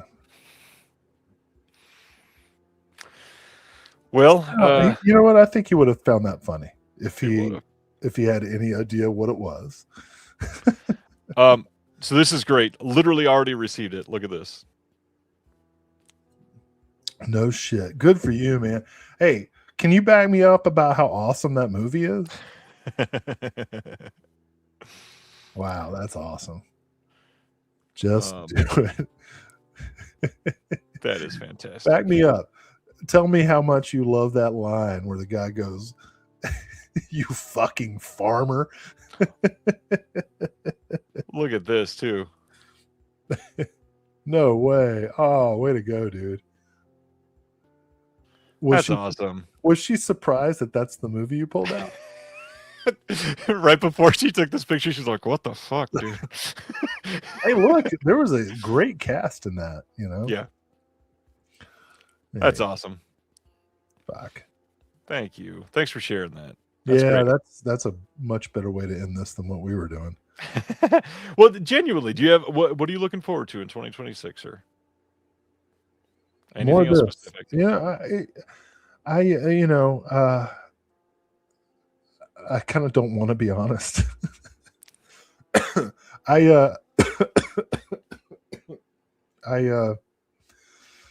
trying to get better. I'm trying, I got a lot of demons, man. I'm trying to deal with them.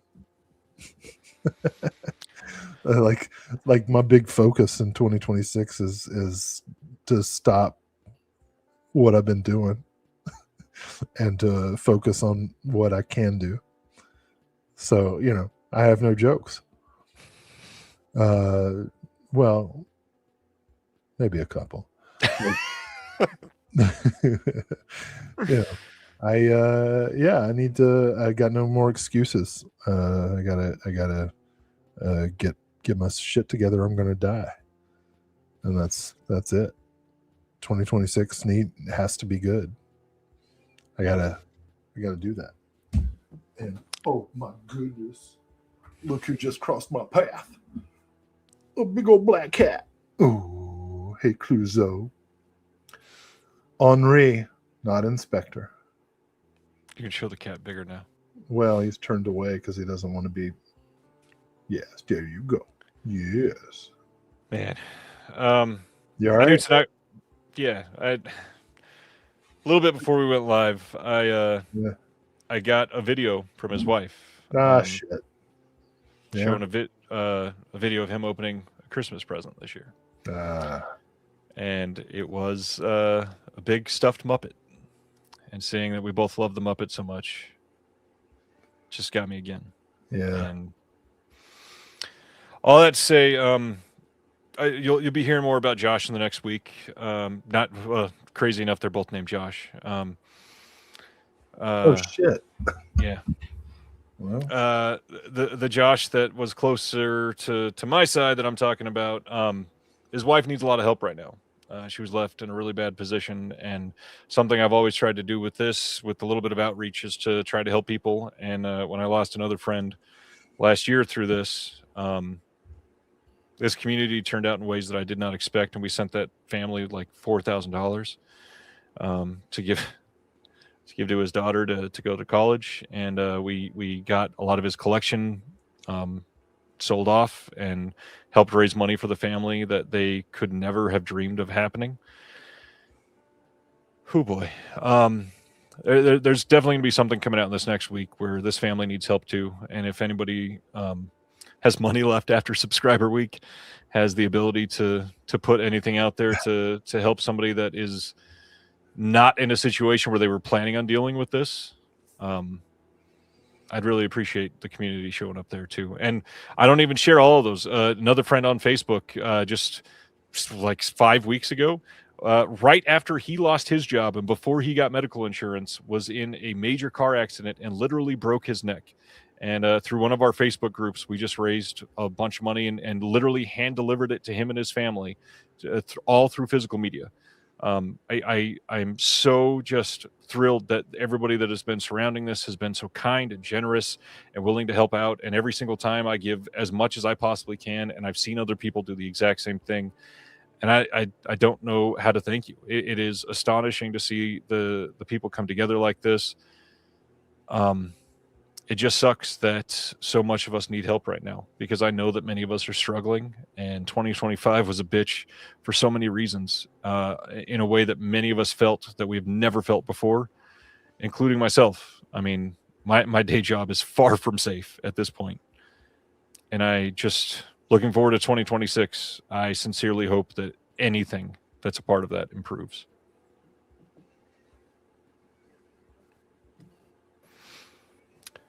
And so thanks, 25 OCNs. Yeah. Jesus. Yeah. This is I didn't expect it to. Yeah. So yeah, I hope that we can help out a little bit. Yeah. On that note, genuinely what I said earlier, if you need anything, both of us are here. Please reach out. Just Ryan.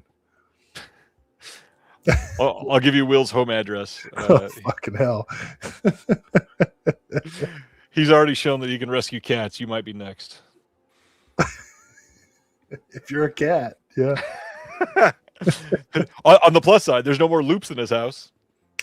Yeah, like I'm not, see, you set me up for a joke that now I can't make.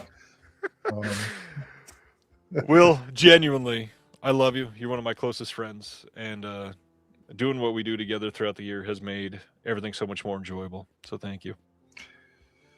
Well, I remain emotionally hamstrung by my upbringing, but I can say honestly, Ryan, you too. I was waiting for the word tolerate, but I'll take that. On that note, come back next week to see Gentry and Casey on the show. It's going to be an incredible week. The Sin Syndicate guys are amazing, and I can't wait to highlight their show in a way that they deserve it. I love you all. Will, stay safe. We'll see you guys next week. We're going to stop the vulnerable cry fest now. Have a good night. See y'all. Two white guys talking. Thank you for watching The Disconnected. On the way out, make sure that you are subscribed to the channel, that you've liked the video, and that you've copied the link to be able to share it with someone else that may appreciate this.